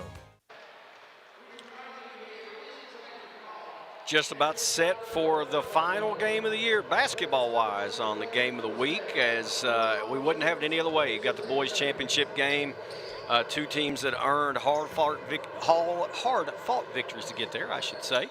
Easy for me to say right after a long week. As you saw the highlights there, Jackson Twomley, just an unbelievable game in that overtime thriller. Got the bucket just before the horn, had 34 points to lead Frankfort High. Of course, Franklin County had that great team effort to get the win over Great Crossing. Mentioned in the open, these two teams played earlier this year. Franklin County was quite frankly blown out, but they were playing without their leading scorer in Cox. They were playing without Pfeiffer, their second leading scorer and rebounder, and we'll see if that makes a difference. We'll look at those starting lineups for you here in just a moment. The visitors on the scoreboard will be Franklin County, as they are the higher seed of the two. So we'll go to the floor here as it will be the senior number 5, Fred Ferrier. Averages just under 10 points per game, a defensive stopper. I think a big change when they put him on the point guard against Great Crossing in the second half of that win. I think it changed things. Jaden Madison, who can also be a lockdown defender, had a nice night. He can do a lot of things for Tony Wise. Nick Broyles, another one of those football players. The first three guys you see here, all football players that have had such a winning tradition. They expect to win, and they willed themselves to that victory the other night. Zach Cox, the leading scorer, the point guard, has really played well of late. And Philip Pfeiffer, the big man down low, and they don't come any harder worker than that young man. He's a double-figure machine, and talked to him before the game, and I had talked to some other people, and they said his last name's Pfeiffer. And I've been calling these games all these years and never gotten that official word. And I said, why didn't you tell me? And he said, it doesn't matter to me. I just want to play. So I said, well, I got it right from now on. At least the last game I called for you, we'll get it right. So Philip Pfeiffer is the starter down low. The starters for Frankfort High, number 11, Jordan Blythe, at 15 in that win over Western Hills. Caleb Hack, who can light it up at times. Western Hills took him away from the offense, but he played extremely well defensively in the win. Charlie Ellis played his best basketball game I've seen him play. He had 7 points. He ran the floor. He was the floor general and had a couple big steals late to help get that victory. But there's the man of the hour, Jackson Twombly. As Tony Wise said calling the game the other night, if we had a regular season district tournament MVP, our district MVP, he would be the guy, averaging over 25 points per game, 10 rebounds. And then Nathaniel O'Brien, the other senior starter, who really had a couple of huge plays late that don't go on the scorer's book necessarily, but got a timeout in a critical situation, getting a loose ball possession, and does a lot of little things to help his team win. So all that's been said, you know what this means. If Frankfort High wins, they're a third straight district champion. Both teams will go to the regional tournament. Will they go as a regional runner-up, or excuse me, as a district runner-up or a district champ? We'll find out in about 32 minutes. Cox with the ball, guarded by Blythe, and the clock didn't start. There's been some clock issues here at Western Hills. I talked to a couple of people that operate it, and it sticks. Sometimes it won't start. You have to push it really hard, and sometimes it just won't get going, and that was one of those cases. So we'll start it back here with one tick off of it. Nearly an over and back. Broyles for the handoff, guarded by Ellis. Ferrier going at Hack, cut off nicely. Man-to-man here. Madison, Twombly guards him. Pfeiffer wants it on the block with O'Brien on him. They didn't give it to him. Pfeiffer will now try to come near side. Now high post, screen for Ferrier. Madison from the corner. Good, 4-3. Jaden Madison hits a big three. Broyles had a huge three in that win over Great Crossing. Guys are stepping up as Frankfort High had guys step up. These two teams, as I've said, they want bragging rights, but they also want that trophy, the gold one. Hack guarded by Cox in the corner. Ellis guarded by Broyles, throws stolen away by Cox. Will pull up for three. In and out. Ferrier weak side rebound. Cox to the paint. There's a foul on Hack.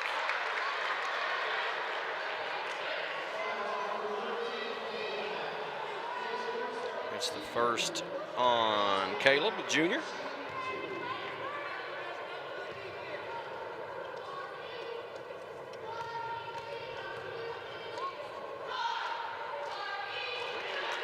Zach Cox hit a couple of big shots against Great Crossing. In the matchup, I mentioned a couple of times when Franklin County was beaten by 23 in a game that wasn't that close. There was no Zach Cox, no Philip Pfeiffer. So a new look against these Panthers that Frankfort hasn't seen this year anyway. Blythe, knives to the paint, tripped up. There's going to be a call on the baseline, and that could be a huge call. It's going to be on Pfeiffer. And that's one of those, if you're going to get a foul, you hate to get a cheapie like that. It was purely by accident, just a trip. Tony Wise didn't like the call.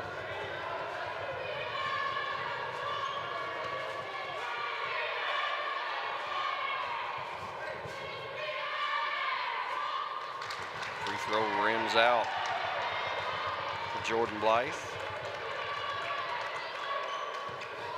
72.5% shooter. As I mentioned, 15 points in that overtime victory.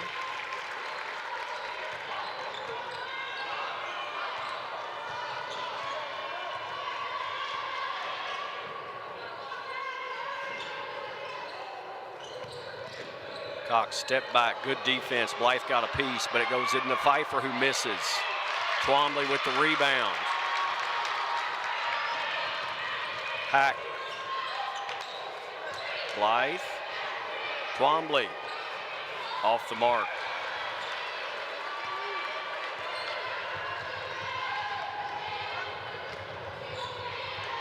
Broyles on the take, had it partially blocked. It looked like potentially by Ellis there.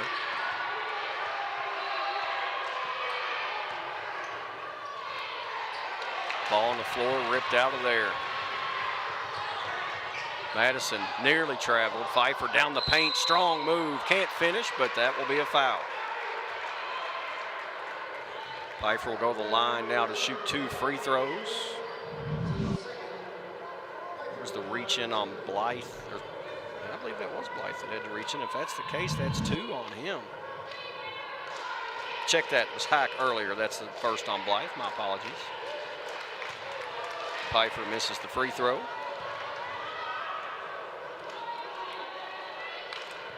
Shoots just under 60% from the free throw line.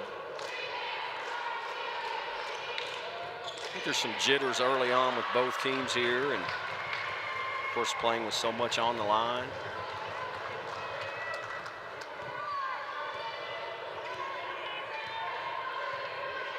Ellis looks to Chris O'Brien for the play call.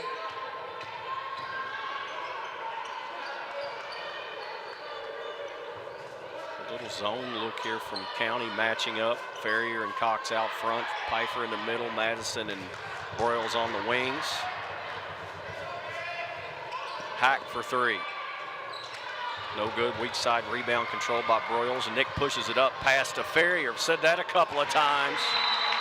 Ferrier with the bucket. And a quick timeout. Chris O'Brien wants 30 seconds to talk about it. Franklin County out quickly to a 7-point lead. Broyles to Ferrier. It's not football, it's basketball, but it's still points.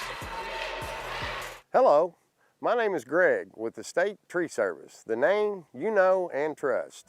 Over the past 60 years, the State Tree Service has become a name people know and trust in Central Kentucky.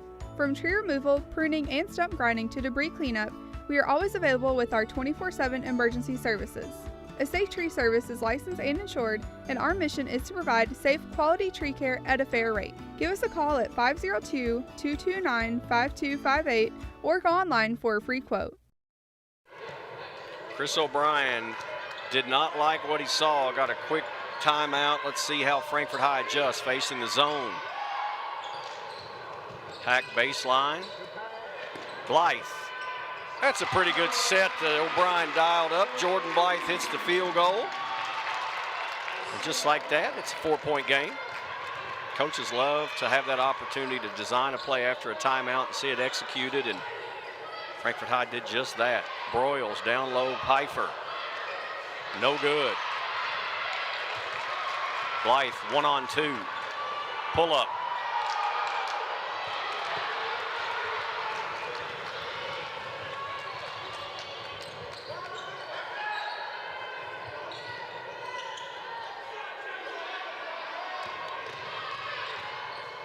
Cox, that's tough. Little bounce, dig in, step back. Good move there, 10-4. Hack. Loose ball chased down by Blythe. Ferrier went for the steal. That leaves Ellis open. Another long rebound battle. Blythe again up with it. 50-50 balls this possession, 2 of them. Both of them went to Frankfort. O'Brien in traffic, off glass.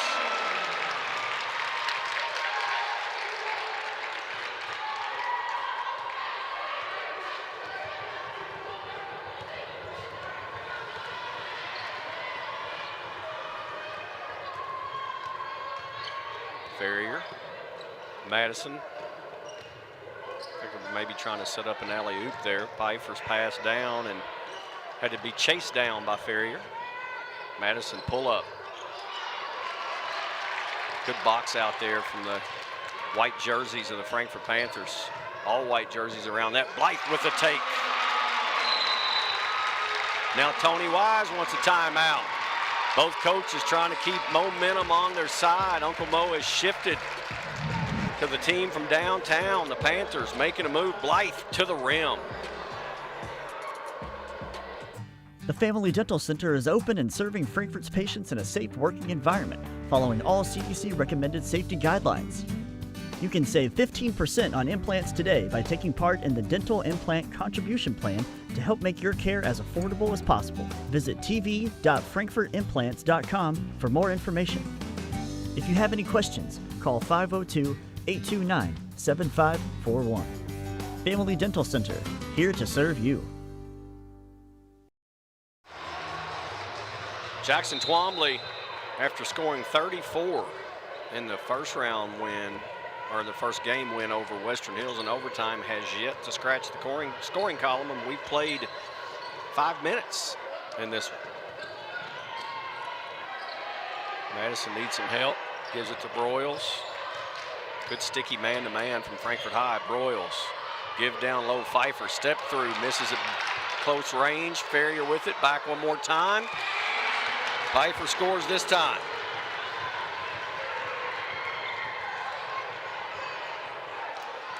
He is physical on the block. Madison trying to front Twombly in the pass. They tried to get it down there to him, and just a tough angle.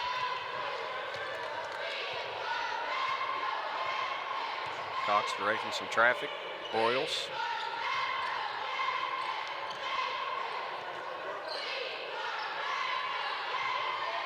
Ferrier. Madison now.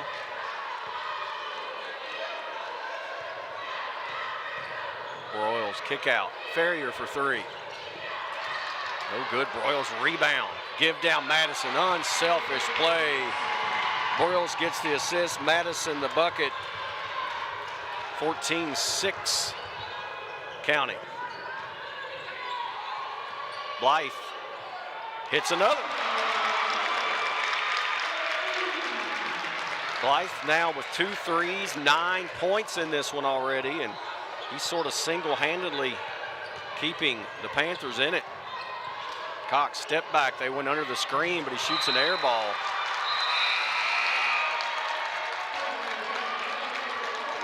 He got a more open look than he was anticipating and just didn't get the legs under it. Max Mulder will come into the game now and gives Broyles a breather.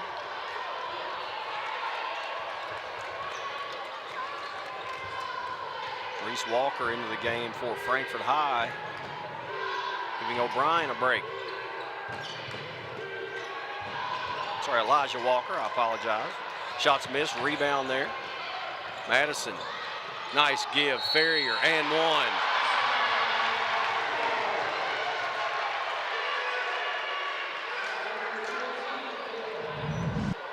Good look here, Madison to Ferrier. Hack tried to go up, and Ferrier finishes.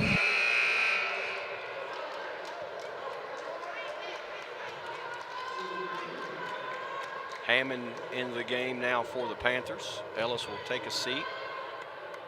Hack also takes a seat as O'Brien replaces him. That's 2 on Hack already, so we may not see him the rest of the half as Ferrier completes the three-point play.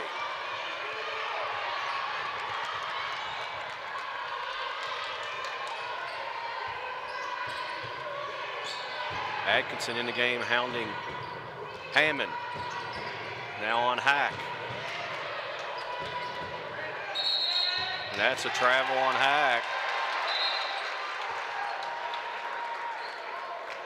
Frankfort High a little out of sorts.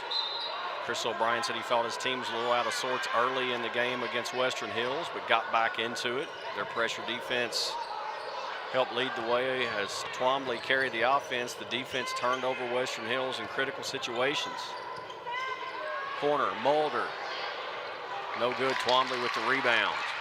15 seconds left in the quarter. Elijah Walker.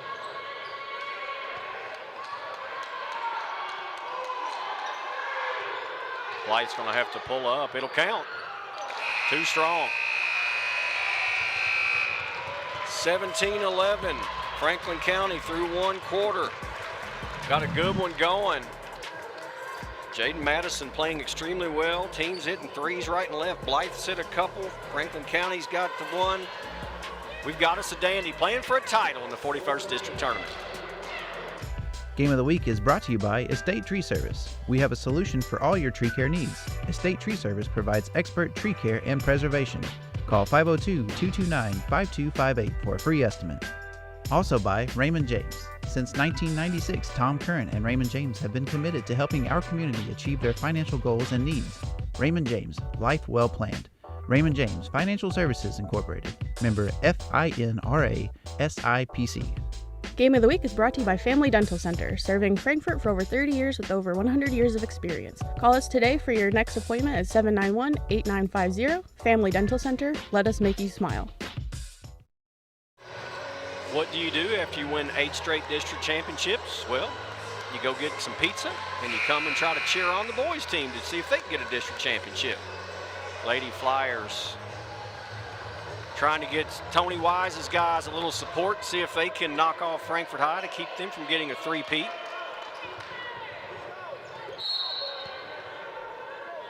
And Twombly, again, scoreless through 8 minutes. Hammond, Blythe, Walker, O'Brien, Twombly for Frankfort High. Madison, Broyles, Cox, Pfeiffer, and Mulder for the Flyers. Pfeiffer working out there on the point, goes to the floor, jump ball, possession arrow to County. Franklin County's got this little matchup zone going that they're very active with, and it's really sort of befuddling Frankfort High's offense right now. So I wouldn't be surprised to see Chris O'Brien in the near future to try to go to maybe some type of trap or press to get the defense to pick up the offense. Right now they're showing zone. It's Frankfort High showing 2-3. Franklin County not the greatest outside shooting team, but when you allow them to get the ball that deep to Philip Pfeiffer, things are going to be good for County and bad for the opponent. Pfeiffer has 5, and it's an 8-point lead and a steal by Cox. 2 more. Chris O'Brien wants a timeout as the lead has jumped out to 10, the biggest of the night. We're less than a minute into the quarter, and it's a run from Franklin County defense to offense. Zach Cox off glass. 10-point Flyer lead. In 1972, a young David Tolles vowed to jump the Kentucky River on his big wheel. He did not make it. We can rebuild him. We have the capability to make the world's perfect mechanic. Better, stronger, faster.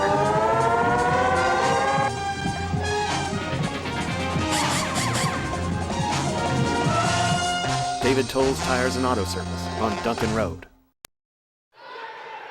Zach Cox with a little shiner there under the left eye, but it's not holding his game back at all right now as he's playing extremely well. He has 6 points. The lead is 10 as we're just a minute into this second quarter.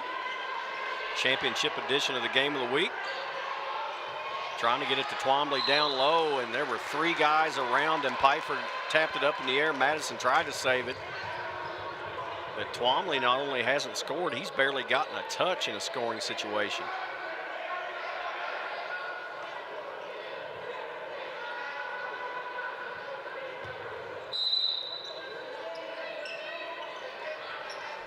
Long outlet, Walker, right near the line. O'Brien will take a 16-footer that's short.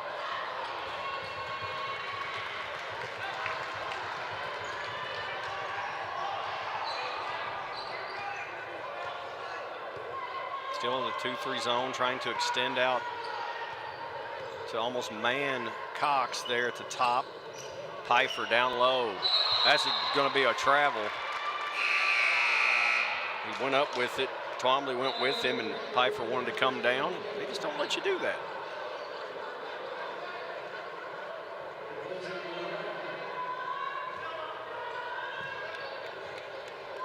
Good young man going on to play football in college.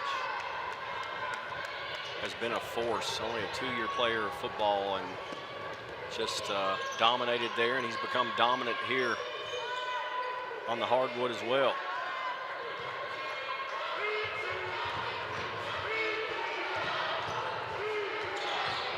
Hack hits. He has pretty much been the offense in this one. 12 of the 14 for Frankfort from Jordan Blythe.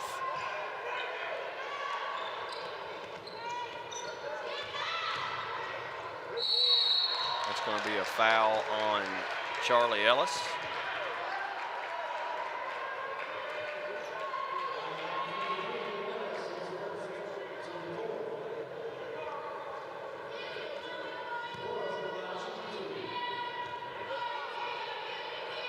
Broyles to the strike. That's his name in the book, his first point.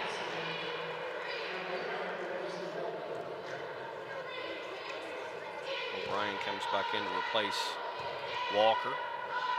Madison gets a breather for County.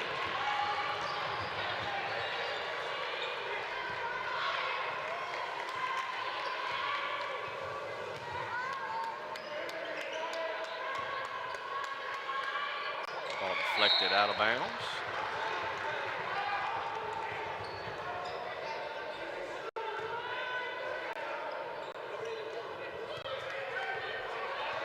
Hack with it to Blythe.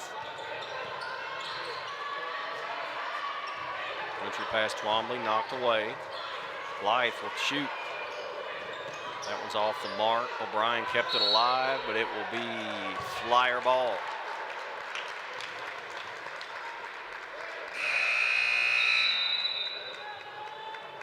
Twombly's going to get a breather as Walker will come back in, and I'm sure Twombly getting a bit frustrated. Barely had a touch in this one. The clock didn't start again.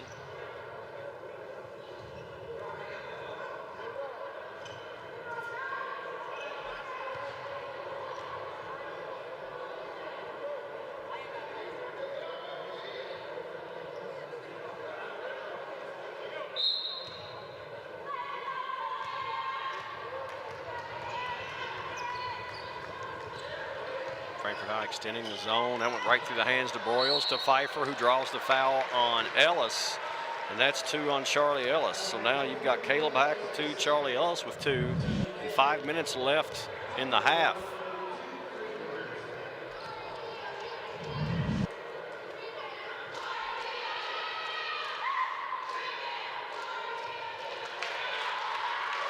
Pfeiffer continues his outstanding play.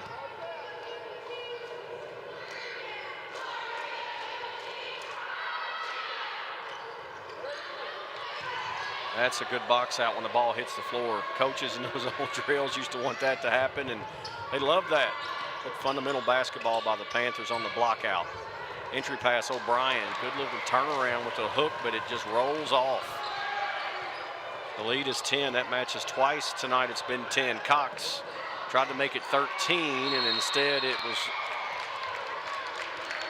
a little too strong. Mulder gets the foul going for the rebound.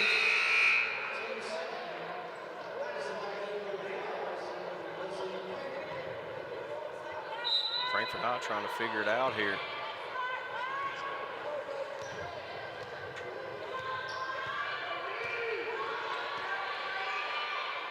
Blythe has been the offense. Ferrier now with assignment on him with the zone. Hack will shoot. In and out. That's going to be a foul over the back on the rebound attempt by O'Brien.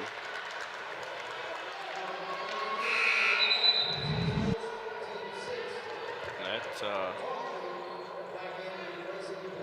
is now the 16th foul on Frankfort High, so County will shoot the bonus here on out with 4:19 and counting left in the first half. Saw Twombly come back into the game. Mulder, baseline, Broyles, nice give, Madison. Shot altered by Twombly.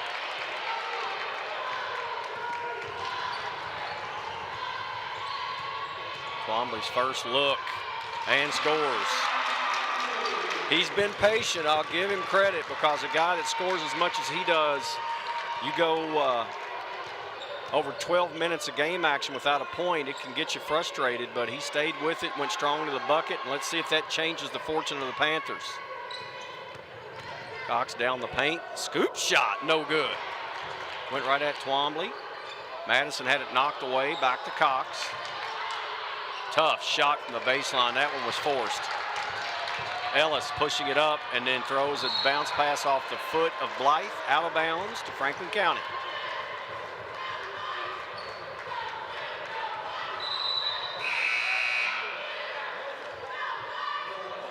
Pfeiffer will come back into the game now, so the starting 5 on the floor for the Franklin County Flyers. And as I look, the starters also on the floor for the Panthers. Blythe, Hack, Ellis, Twombly, and O'Brien. High post, Pfeiffer. Ferrier will shoot 3. No good. Ellis, weak side rebound.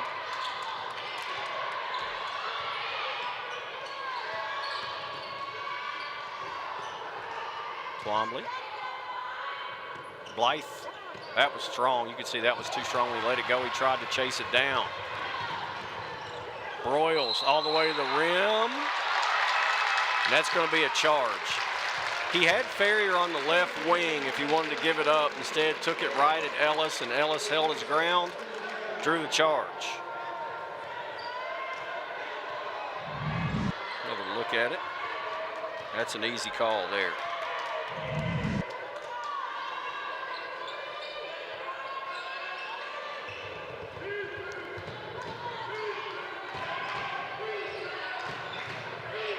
Twombly will shoot 3. Soft touch, won't fall. Sort of sat on the rim there for a second. Pfeiffer, high post. Left hand, strong foul. Is that going to be O'Brien or Twombly? That's going to be O'Brien. It's the second on O'Brien. Pfeiffer will go back to the stripe now to shoot 2.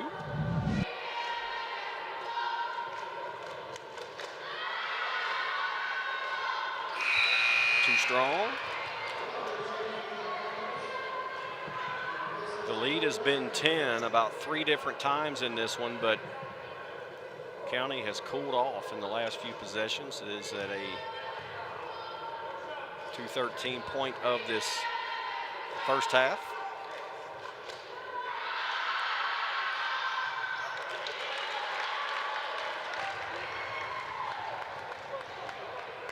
Pfeiffer 3 of 6 from the line.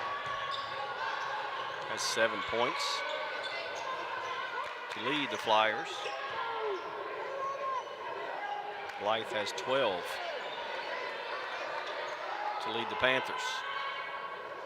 The zone pretty much all night, sort of a 2-1-2. Pfeiffer very active in the middle, sliding up and back. Ferrier and Cox at the top, extending the pressure.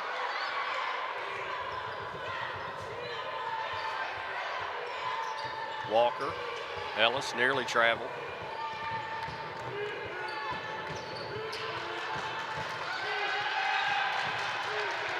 Blythe, they left him open, and he makes them pay. His 4th triple of the half.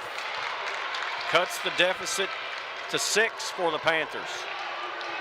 He has been the only offense, and yet they just left him there, and he's a set shooter, and his feet were set in, and he bottomed it out. Ferrier, drive, strong take for 2. Ferrier was 7, under a minute to play.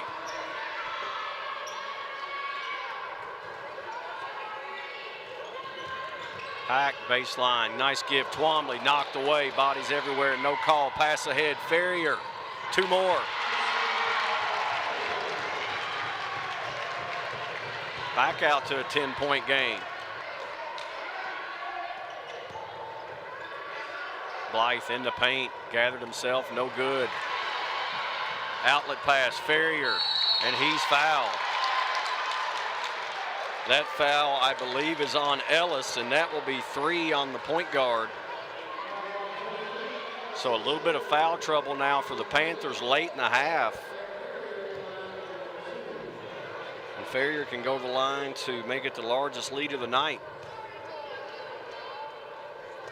And he does.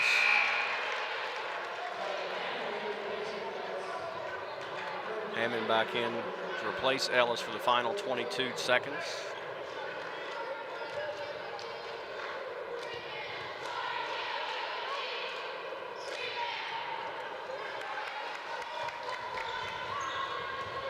Pack launches from deep.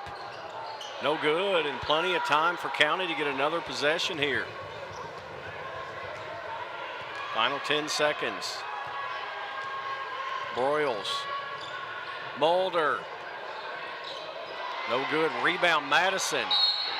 Foul on Twombly, and one.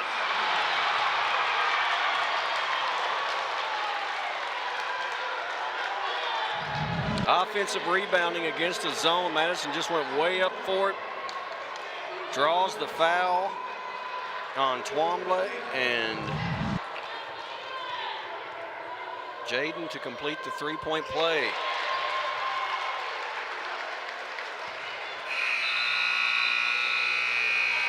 (32-19). Franklin County in control as we go to the break. The Panthers need to find some way to get Twombly going, as he only has two. Franklin County's defense accounting for some good work in the offense. It's also doing well. Blythe has been hot from outside, keeping the Panthers in it. Halftime and highlight show coming your way in a moment. We're in the district finals at Lapsley Cardwell on the west side here in the 41st district tournament. Since our beginning, our business has been people and their financial well-being. It's evident in good times, with decisions focused on the long term, and crucial when circumstances become difficult. That continued emphasis on people, our advisors, associates, clients, and communities, gives us purpose, strength, and a way forward, today and always.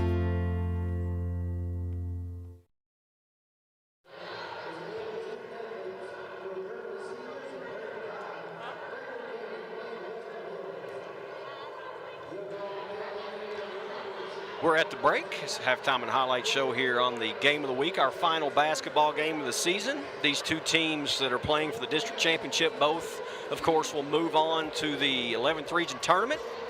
And this game depends on whether you'll be a district winner or a district runner-up as it's seeded. We'll let you know here in just a little bit in the third quarter. Victorious Franklin County head basketball coach Joey Thacker just won his 8th straight district championship. He'll sit in and talk with us. But I guess first we'll knock out some highlights here from this first half of action. And, you know, you're going into it, Frankfort High coming off that huge win. Twombly was so big. They knocked off Franklin County easily early in the year. And, this group of seniors we've talked about with Franklin County, they just have this resiliency and will to win, and they've come out playing extremely well. The junior of the group, Zach Cox, doing what he does. O'Brien with a tough bucket in traffic. Pfeiffer just strong. And really, if it weren't for Jordan Blythe, this game might be over right now. Blythe has been outstanding. He's hit 4 threes, got 15 points of the 19 that Frankfort High has right now. But transition is where Franklin County kind of opened up. Their defense is causing problems out of the zone.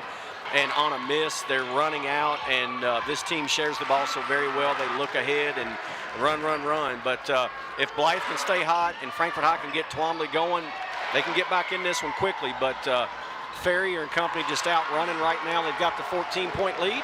We'll come back, get ready for your second half of action. We'll talk to Joey Thacker, and then in about 16 minutes of game time, we'll crown a champion for the 41st District here as we wrap up the season on the game of the week.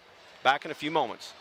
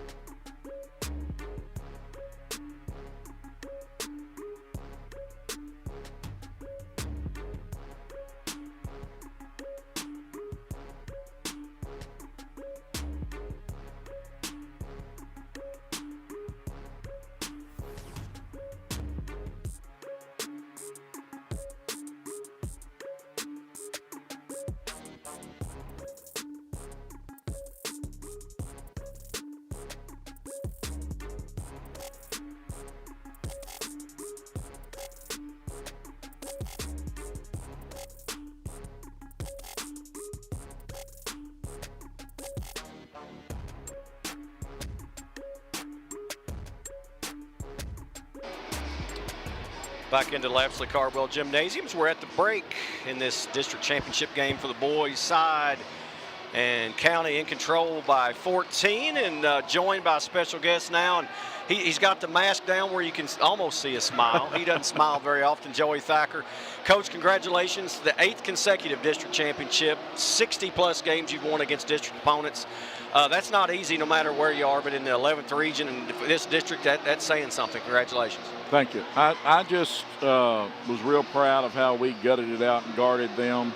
I still think they're the best offensive team in the region. And, you know, who knows, may see them again next week.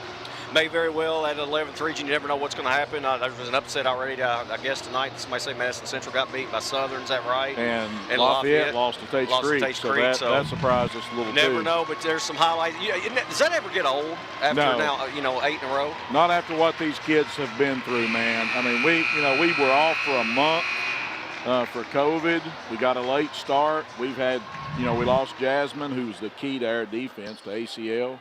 And we've had concussions and nicks and bangs and ankles, and we've avoided that in recent years. So I'm really proud of it.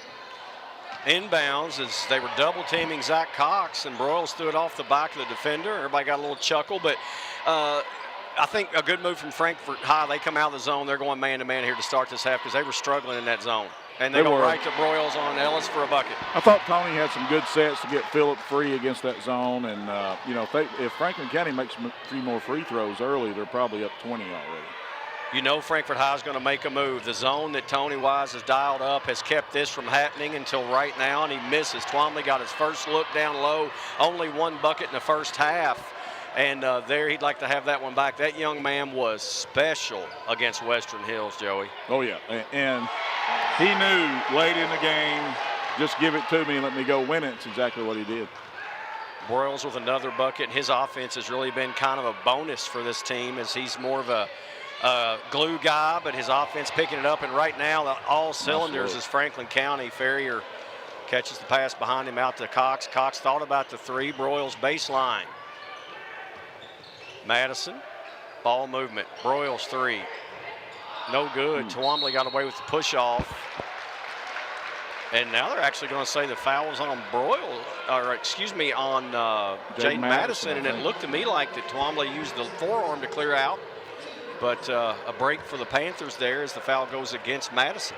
Pretty physical down in there right now. Phillip is, man, he's a warrior. All those kids are for Franklin County. And Jaden Madison is the highest compliment you can give anybody. Is the ultimate competitor. And I've never been around a kid like that. Well, he just right on cue knocked the ball out of bounds. And you talked about the competitive nature of this bunch. Charlie Ellis was outstanding against Western Hills the other night. Twombly is just a man down there, and there he draws the foul on Pfeiffer, and we'll go to the line. So I think let's change sides here a little bit. If you're Chris O'Brien, what were you telling your kids in there at the break after really being manhandled in the first half? I think you're going to have to try to get some points from your defense. They had 19 points at halftime, and Blythe had 15 of those. So they got to get Jackson going. And some other people have got to make some shots. The Hack kid has really shot the ball well all year long. They've kind of not gotten him enough looks yet. And if you're going to come back from this, you're going to have to try to get some points from your defense. So that before that free throw, it was a 17-point advantage, which or check that, I guess it was an 18-point game before that. So County trying to run away and hide here. Got first action of the tournament for Ashton Austin. They're 14 guarding Zach Cox, and Zach Cox goes right at the sophomore for a bucket. Hard to let people shoot it in the middle of the lane against you about 4 possessions in a row. The ball knocked out of bounds by Ferrier, and this Franklin County team is active. And Tony Wise and I talked about it on the broadcast the other night during the county game. When you look at those 4 football players on the floor right now, and Broyles, Pfeiffer, Ferrier, and Madison, they just bring a mentality of we don't lose. That's and exactly right. That's sort of what we're seeing as Ferrier's in the open court for the flush. Yeah, all 4 of those kids, and there are some other kids in Tony's program that are football players. It's just a different breed, man. We always have a saying in coaching, you can see it when they walk down the hallway, and you can tell those kids are all about the right things, and they're just winners. Hack went to the basket. It was a charge as Pfeiffer stood in and took it. And I think now, you know, Chris O'Brien is he's just trying to find something. Ellis comes out of the lineup. Yeah, they'll try to speed them up here and just try to get something going with their defense. Well, we talked about earlier. I've been by myself, but the pressure in the backcourt really is what changed the game for Frankfort High against Western Hills. And right here, they get a turnover in the bucket, and that's the first of the night for Caleb Hack. And they're trying to pressure again here to speed up County. And they do just that, another turnover. And, you know, it's funny, I've talked about it with you, with your teams in the past.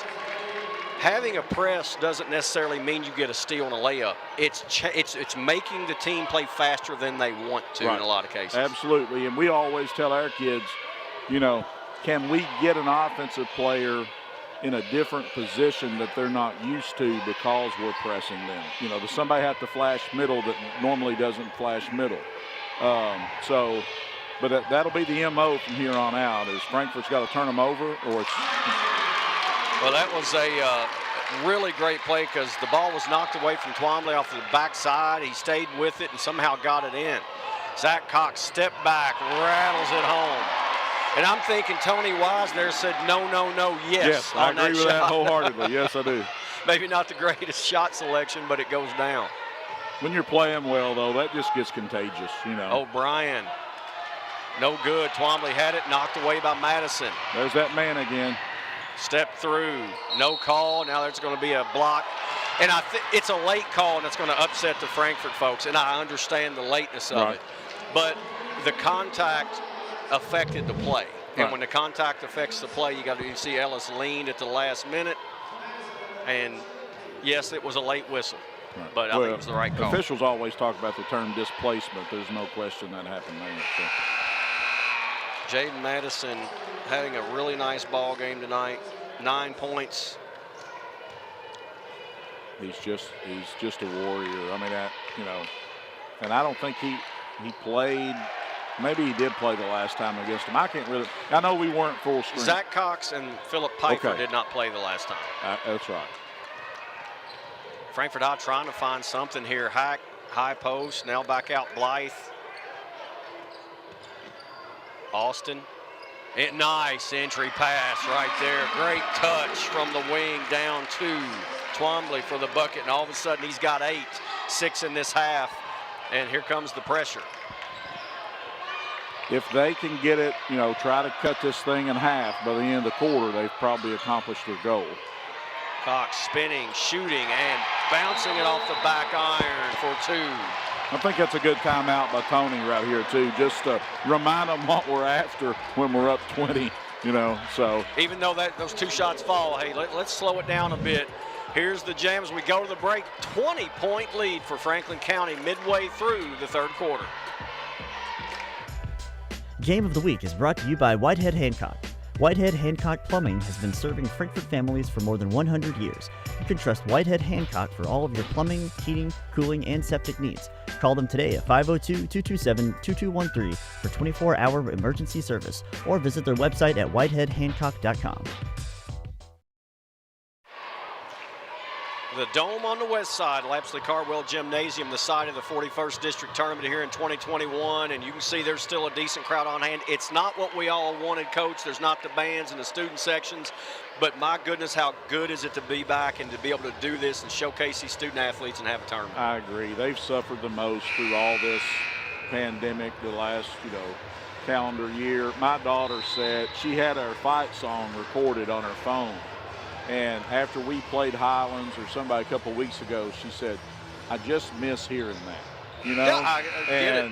And it just really struck me that, these kids, they pay attention to every element. Right. Well, and as a parent who my kid lost his senior year last year of baseball. Absolutely. It was heartbreaking. It was as heartbreaking to me as I thought as anybody, but you don't have any idea what it means to those kids. Absolutely. And the fact that they're getting this chance is really everything. And the fact that we get to have the sponsors give us the opportunity to do the games on TV and to showcase the student athletes, we're really happy and proud and humbled to do it.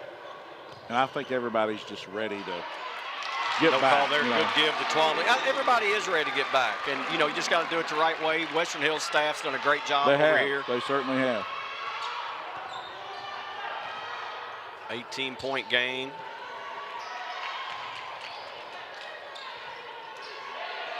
Cox in the post, turnaround. That is not the shot you want, but There's hey, it your was a guy. pass, Coach. It was a pass. Right. Pfeiffer with the bucket. He just seems to be in the right spot all the time. He's got a nose for the ball in multiple sports. The three-point attempt off the mark by Austin. Chris O'Brien trying to encourage his guys. And 3:23 left. You talked about cutting it in half. This is a deficit where you'd like to have it around 12, right? Probably. Right. If 10 would be great. That would Right. be in half. But if you could get it to 12 where it's, you know, kind of a doable situation, but anything more than that will be tough, I would think.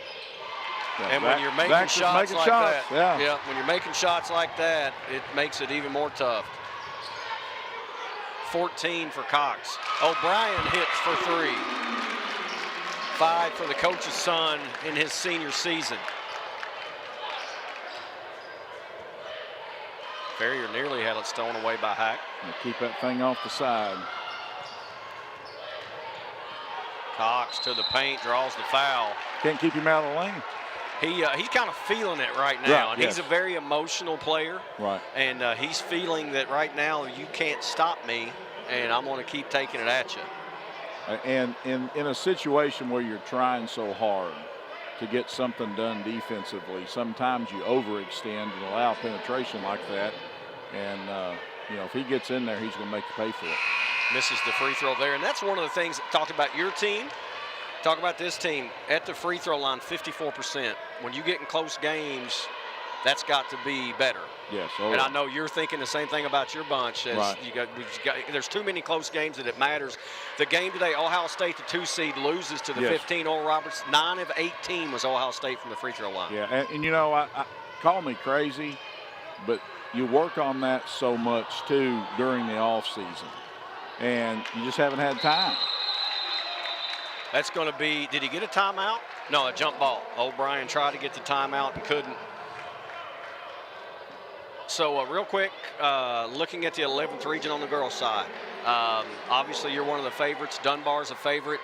But Dunbar lost. Dunbar lost? They lost in the district to Tate's Creek in the first round. Okay, so. when you said that earlier, Lafayette's what I had in my head when you said that. So, But, I mean, you know, there's a steal I away think by our Zach region Cox. is the toughest it's been in the last 3 years this year. I think there are more teams that are capable. You've got to like how you're playing. Your bigs are a lot to handle down there. And, of course, Brooklyn Miles is unbelievable on both ends of the floor. I thought tonight the key was the hard work that McMath had to play defensively on Brooklyn took her out of the offense, that it really changed them offensively. You talked about how good they are. I don't think she had a field goal. Yeah, I've not looked at it, but I'm pretty sure That's going to be over and back. That's well, he doesn't really have possession, and it's got to be both feet and the ball. So, you know, I just think our bounce is right for this time of the year. You know, one of my assistants said that in practice the other day, and I couldn't agree more. You know, it's our kids know what this time of the year is about. Right. Well, and you're defending regional champion, and you've been to 2 state championship games in the last 7-8 years, and, you know, it becomes a expectation to be ready at tournament time. My dad used to talk about years ago, Denny Crum and U of L. They were always ready at tournament time. Yes. And that's what everybody strives for. Right now, Franklin County's playing their best basketball. Ferrier just had to do everything but go in. Pfeiffer rebound. Twombly with the foul. And Tony Wise is asking for an intentional. I don't think that was an intentional foul. I think he kind of got caught in the wrong position. The way Phillip fell, and you know, you got 2 horses going at it in there. Yeah, I don't think it was an intentional foul. No, he did kind of grab him, but he was off balance. Right. But I'm sure there is some frustration with Jackson Twombly right now after the game he had with 34 points the other night, and as you said, took over that contest. Tonight, while he's starting to get loose, he's got 10 points. It's been a quiet 10 as opposed to what they had expected from him. I think what Tony's done with his zones is he's mixed his zones, which means that different block coverages are happening, and I think that's frustrated Frankfurt a little bit. They've gone sort of to the flat 3-2 or 2-3 again. But now he's getting, he's going back down there to his favorite spot. He didn't do that a lot the first time. Long three, Blythe off the mark. He knew it as soon as he let it go. He tried to follow it. Now there's a quick run out. Cox had it blocked by O'Brien. 1:20 left, third quarter. Blythe needs to get something going for the Panthers. Nearly a steal. O'Brien. And one. That's what they're looking for. Kept the ball alive and got points out of it. I don't really have any stats in front of me, but I'm worried a little bit about Franklin County's foul trouble. Well, I've lost track of mine, up here talking. What am I going to do, right? But it looks like that was on Broyles. Ferrier goes to the bench with 1:09 left in the third. 22-point lead for County, but Frankfort High getting a little momentum here. Tony trying to get them a rest here before the fourth quarter starts. You see that a lot in the NBA, especially where there's 4 quarters, where you'll go get a guy with a minute or less left. You get them out when they get that extra breather during the break. Brandon Atkinson, who usually comes in to spell Zach Cox, is pretty quick out there, the junior point guard. Madison want to get it inside to Pfeiffer, and they are doubling, tripling him on the block. Good patience by Franklin County.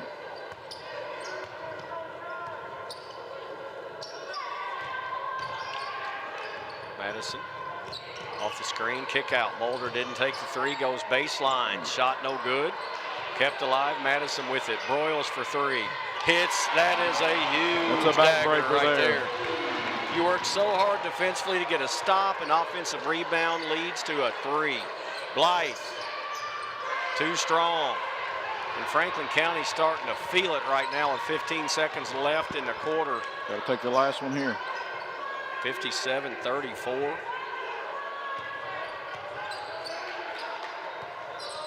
Good crossover. Give. Wow, it's all going County's way. Before the break, Atkinson gets the dime to Broyles. And the route is on with 8 to play. Coach, you're welcome to stay around. You going to go back and watch? I'm going to go talk to my kids and try to tell them what we're going to do after the fourth quarter in terms of cutting the net downs and things, but I appreciate you having me. Congratulations. Good luck. Hey, to get back to Rupp. We'll see. All right. Thank you. Joey Thacker, head coach of the Franklin County Girls after his 8th consecutive district championship. We're going to the fourth quarter. If we get a close one here, it'll be fun. It's a big lead right now for County with 8 minutes left between them and a district championship. Game of the Week is brought to you by Estate Tree Service. We have a solution for all your tree care needs. Estate Tree Service provides expert tree care and preservation.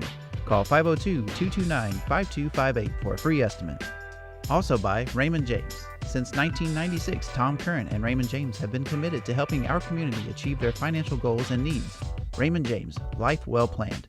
Raymond James Financial Services Incorporated. Member FINRA SIPC. Game of the Week is brought to you by Family Dental Center, serving Frankfort for over 30 years with over 100 years of experience. Call us today for your next appointment at 791-8950. Family Dental Center, let us make you smile. Jackson Twombly has 10 points. He's in double figures. That's well short of his 25 per night. But you can credit, I think, the defense of Franklin County. They have just frustrated this Panther offense all night long. 59-34. Ferrier to Broyles, maybe traveled, no call. Good give. Mulder, extra pass, maybe shouldn't have. O'Brien hustling, gets the loose ball, and he probably got the time out, it looks like. Nope, it was a jump ball. I thought O'Brien may have gotten the timeout. Ellis now will come in on offense, as with 3 fouls, they're trying to extend his time, and Austin played defense there, will come out. Hammond also into the game.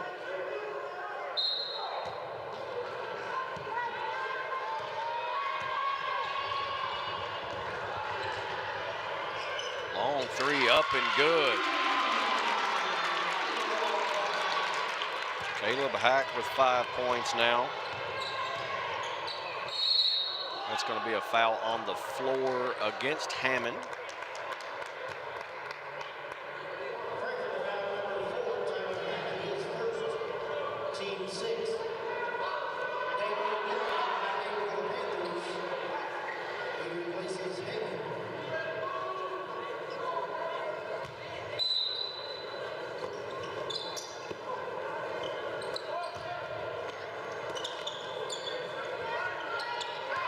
Blythe on Cox. Now run a triple team at him, and it leaves Broyles wide open.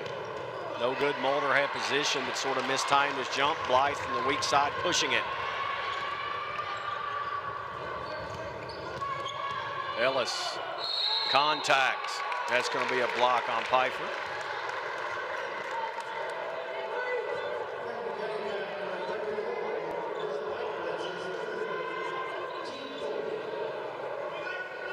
Fourth team foul.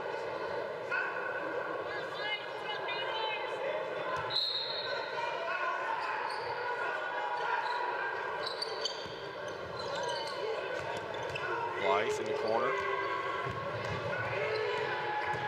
Right down the lane, bucket good, no foul.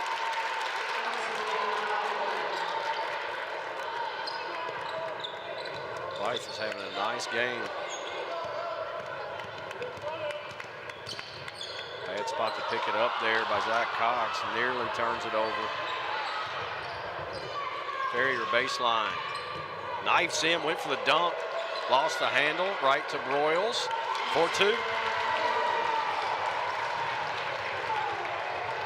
13 for Nick Broyles.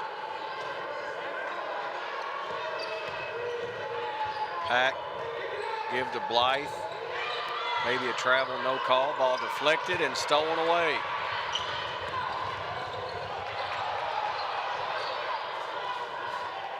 Bad shot there from Zach Cox. There's no need for that. And that leads to a bucket and one on the other end.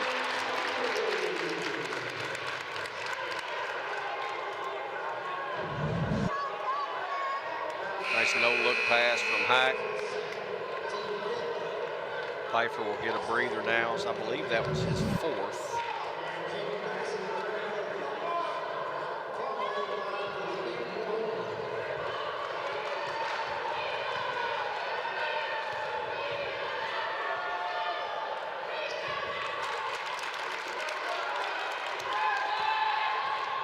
Nobody was back there, and that would be an easy lay-in for Zach Cox. Sort of fell asleep in the Panther defense. 6 minutes to play. Blythe.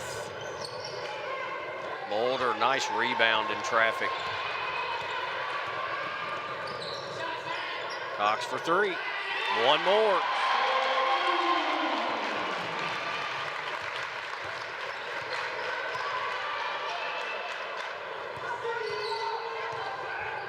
Nice give, and O'Brien, it's going to be a foul. It might be Jaden Madison on the foul. It was.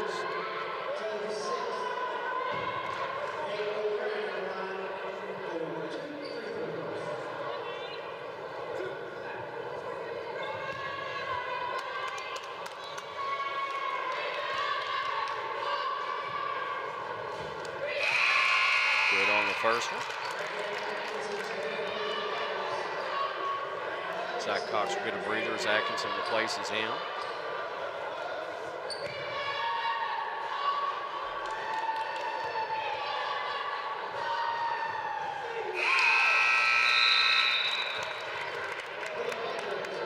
O'Brien having a good game.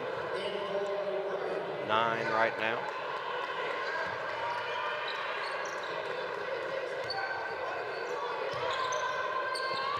Unforced error by Mulder in the backcourt.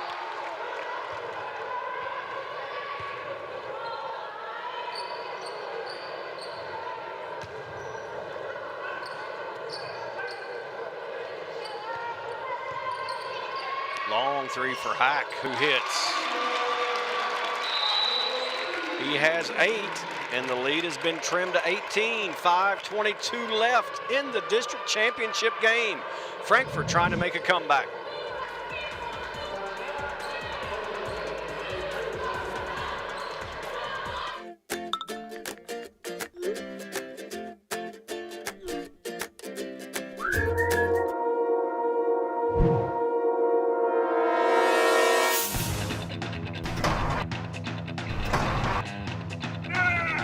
Call David Tolles Auto Pro for all your automotive needs.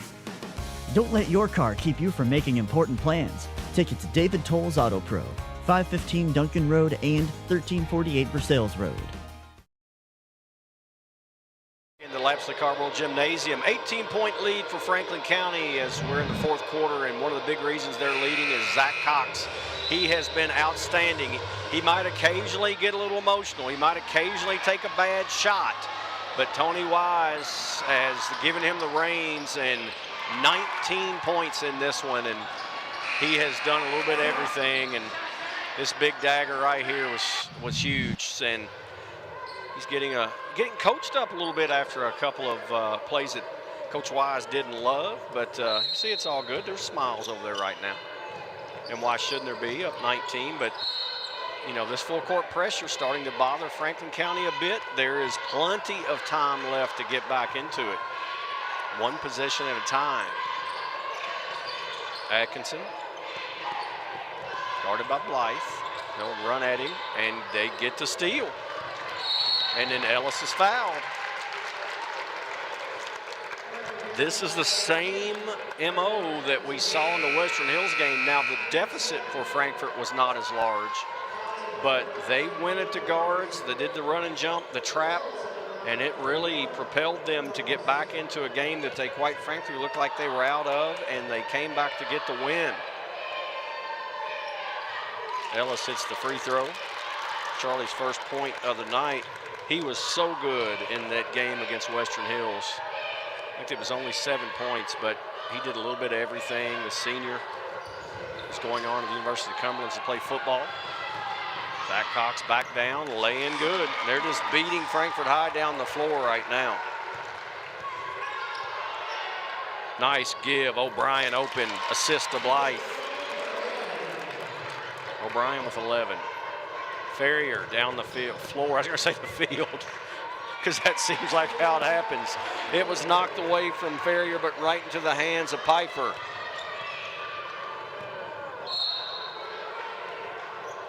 Pfeiffer has 13.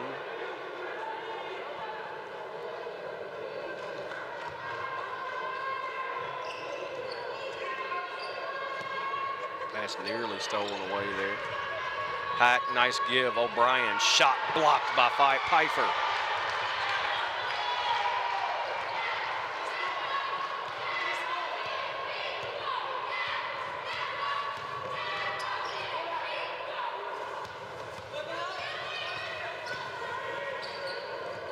Ferrier, no good from three.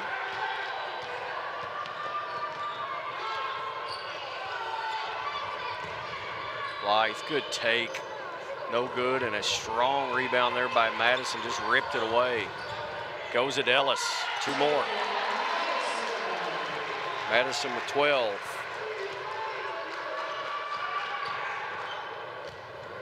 Blythe hits another. 5 3-point baskets, 17 points total for Jordan Blythe. It's going to be a foul on Elijah Walker in the backcourt. And that will send, is it Ferrier to the line? Tony Wise badly wants that district championship. He wanted to avenge the loss earlier this season to Frankfort High.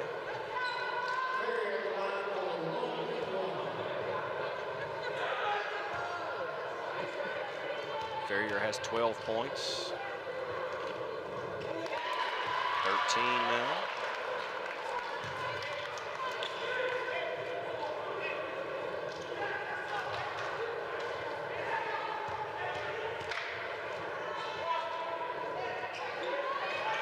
Ferrier misses that one. Ball on the floor. Ellis up with it.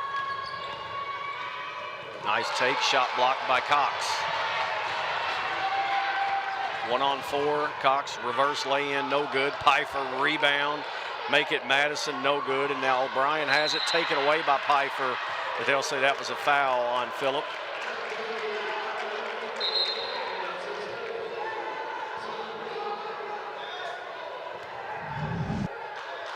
See here, just, ooh, from that angle it looked like there wasn't much contact.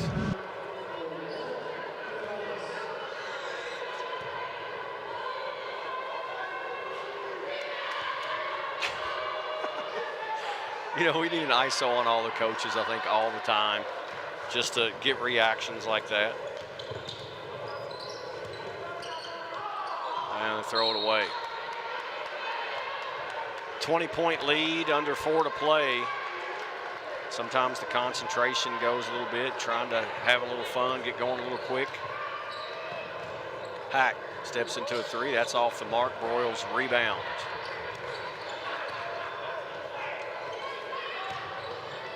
Zach Cox for 2 more. 23 for number 23. Good take by Blythe, no good. Gets his own rebound and 1. And I believe that's Pfeiffer. If that's the case, that is his 5th.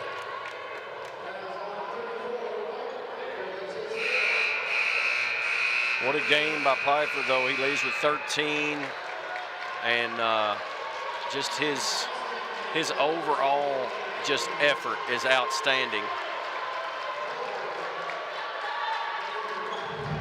Twombly leads the game now, 2:51 left.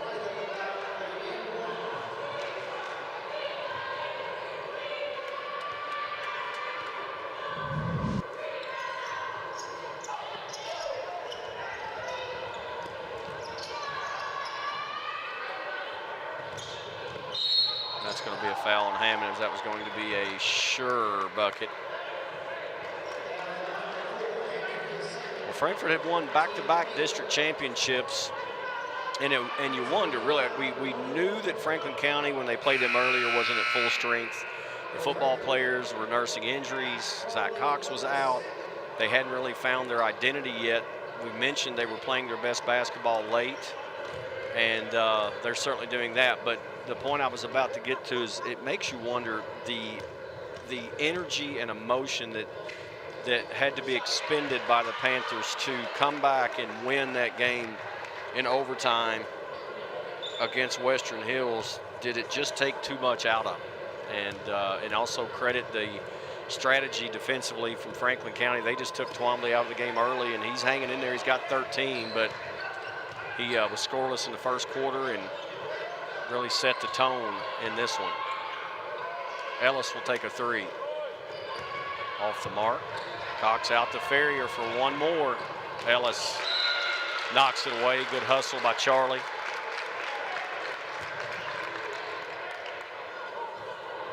Ferrier had visions of rattling the rim right there, I think, and Ellis said, no, we're not going to dunk on us yet.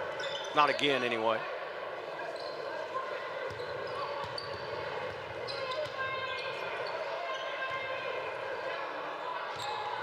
.1 lead. County just running clock.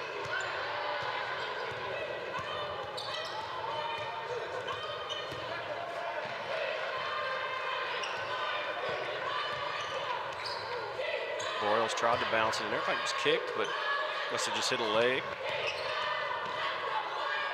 Cox flips up the shot that's no good. Rebound Hack out to Twombly for the jam. Twombly with 15.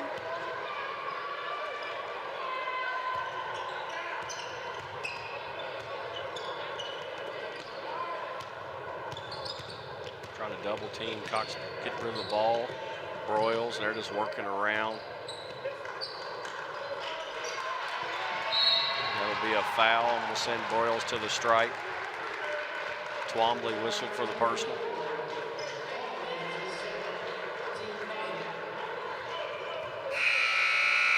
Now we're going to get some substitutions into the game as final 1:25. Twombly will leave. O'Brien will leave. Ellis and Hack. Also Blythe will come out. Now Blythe had a nice game. 22 points. These guys won back-to-back district championships. They'll lose the final here, but the season is not over as they will get to go to the regional tournament. And the Flyer faithful is going to tell their starters how they feel about them getting the district championship. Piper's got to be careful. He's strong. He gives you a hug like that. He can do some damage that the chiropractor can't fix.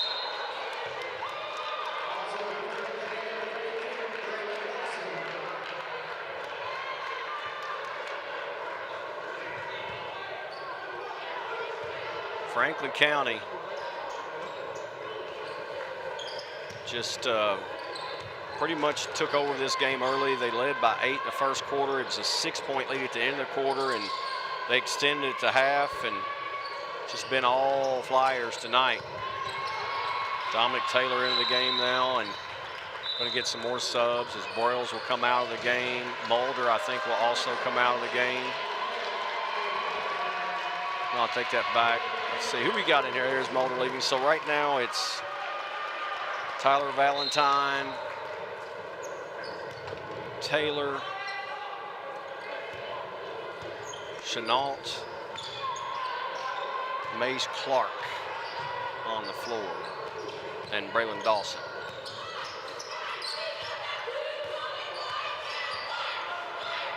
Carter Gilbert in there for Frankfort High.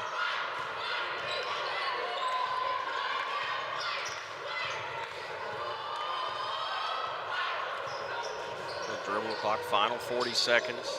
Taylor will shoot 3 and nearly got it to roll in.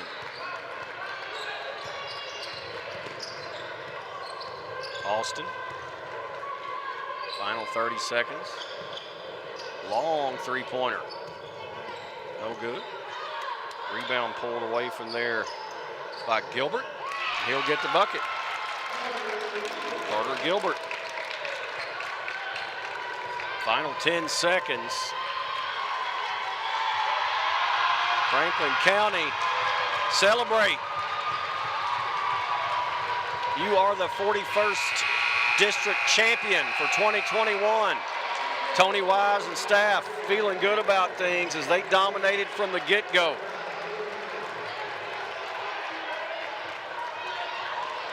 Frankfort High was going for 3 straight, and Pfeiffer, Cox, Ferrier, Broyles, Madison.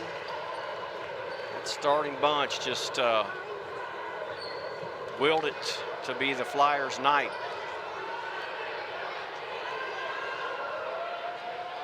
We'll have the all-tournament team presentation here in a few moments, and then they will give the trophies away.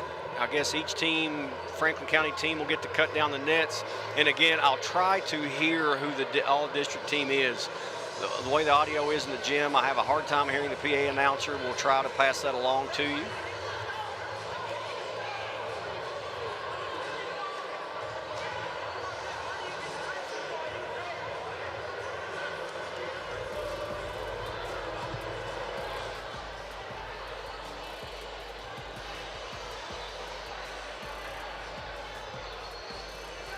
As the district tournament week comes to an end, and this is an opportunity to thank the crew, the Frankfort Plant Board, Cable 10, that work extremely hard.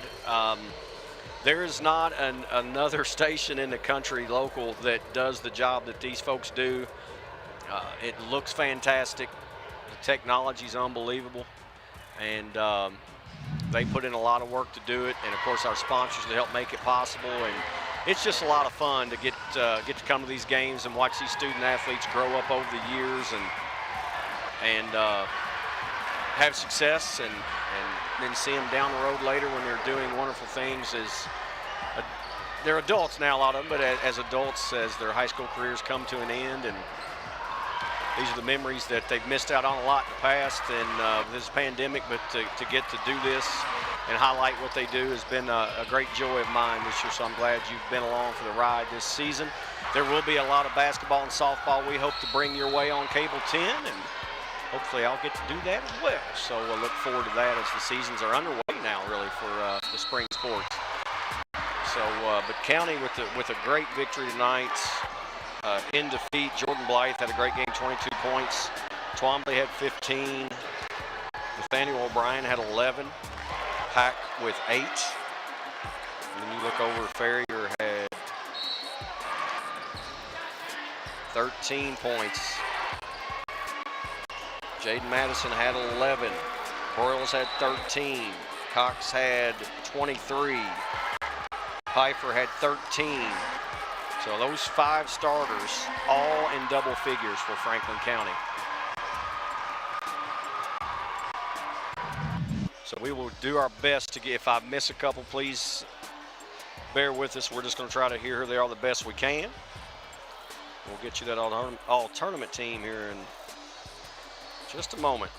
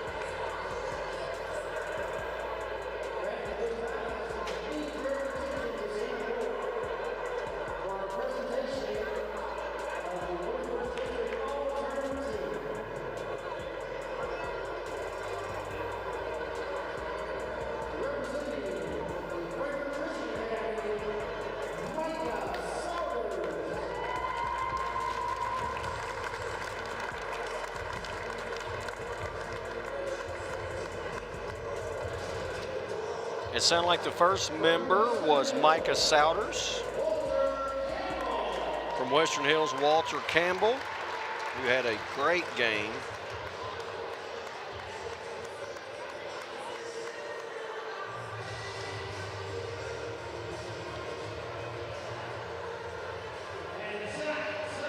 Zach Simonis also on the all-tournament team, the senior who hit that big three-point shot to send it into overtime, and the Wolverines fell short on the Twombly lay-in late in overtime, just before the buzzer.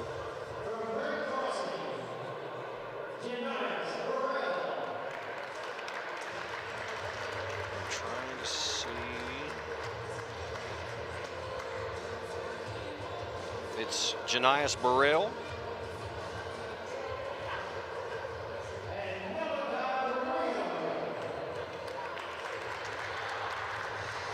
Malachi Marino, the 8th grader, making the all-tournament team. Jackson Twombly winning a spot on the all-tournament team.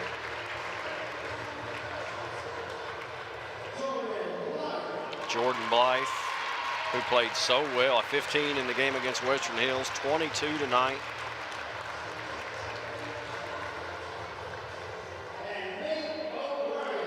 Nath O'Brien, coach's son there, making the all-tournament team in his senior season. Zach Cox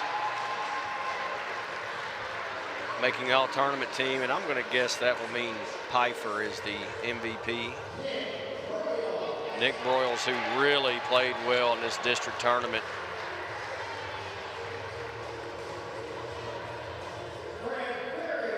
Fred Ferrier the second.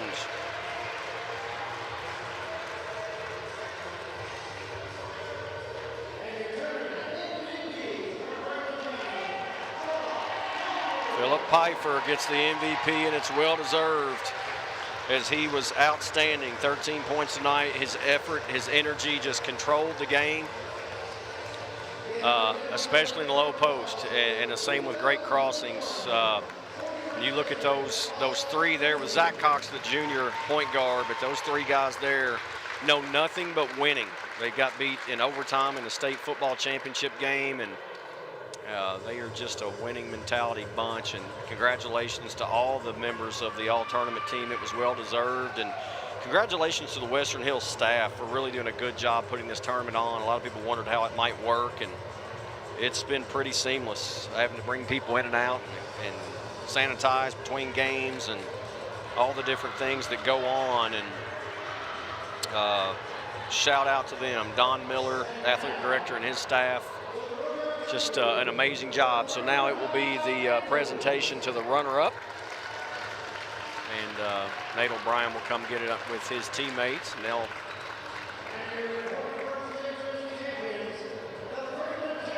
defer their championship to, it's a backflip there from Atkinson. The championship will go from downtown to the east side as Franklin County stops an effort from Frankfort High to get their 3rd straight district championship. The Flyers are victorious. So we'll wrap it up from here, as our crew has a lot of work to do to get out of here. If you see the people that work for the plant board out and about, thank them for what they do, because a lot goes into it. For the entire crew, I'm Glenn Waltrip. Thank you for a great basketball season. Don't forget to support these folks in the regional tournament as you can, whether it's being streamed somewhere. If you get the opportunity to go do it in person, follow these young men and women down as they play in their regional tournaments, and hopefully cut down a set of nets as they'll do here in a little bit. We hope to see you during baseball and softball season. Until then, I'm Glenn Waltrip. Thanks for watching. Congratulations to the men and women at Franklin County High School. Good night, everybody, and see you in 2021-22 maybe.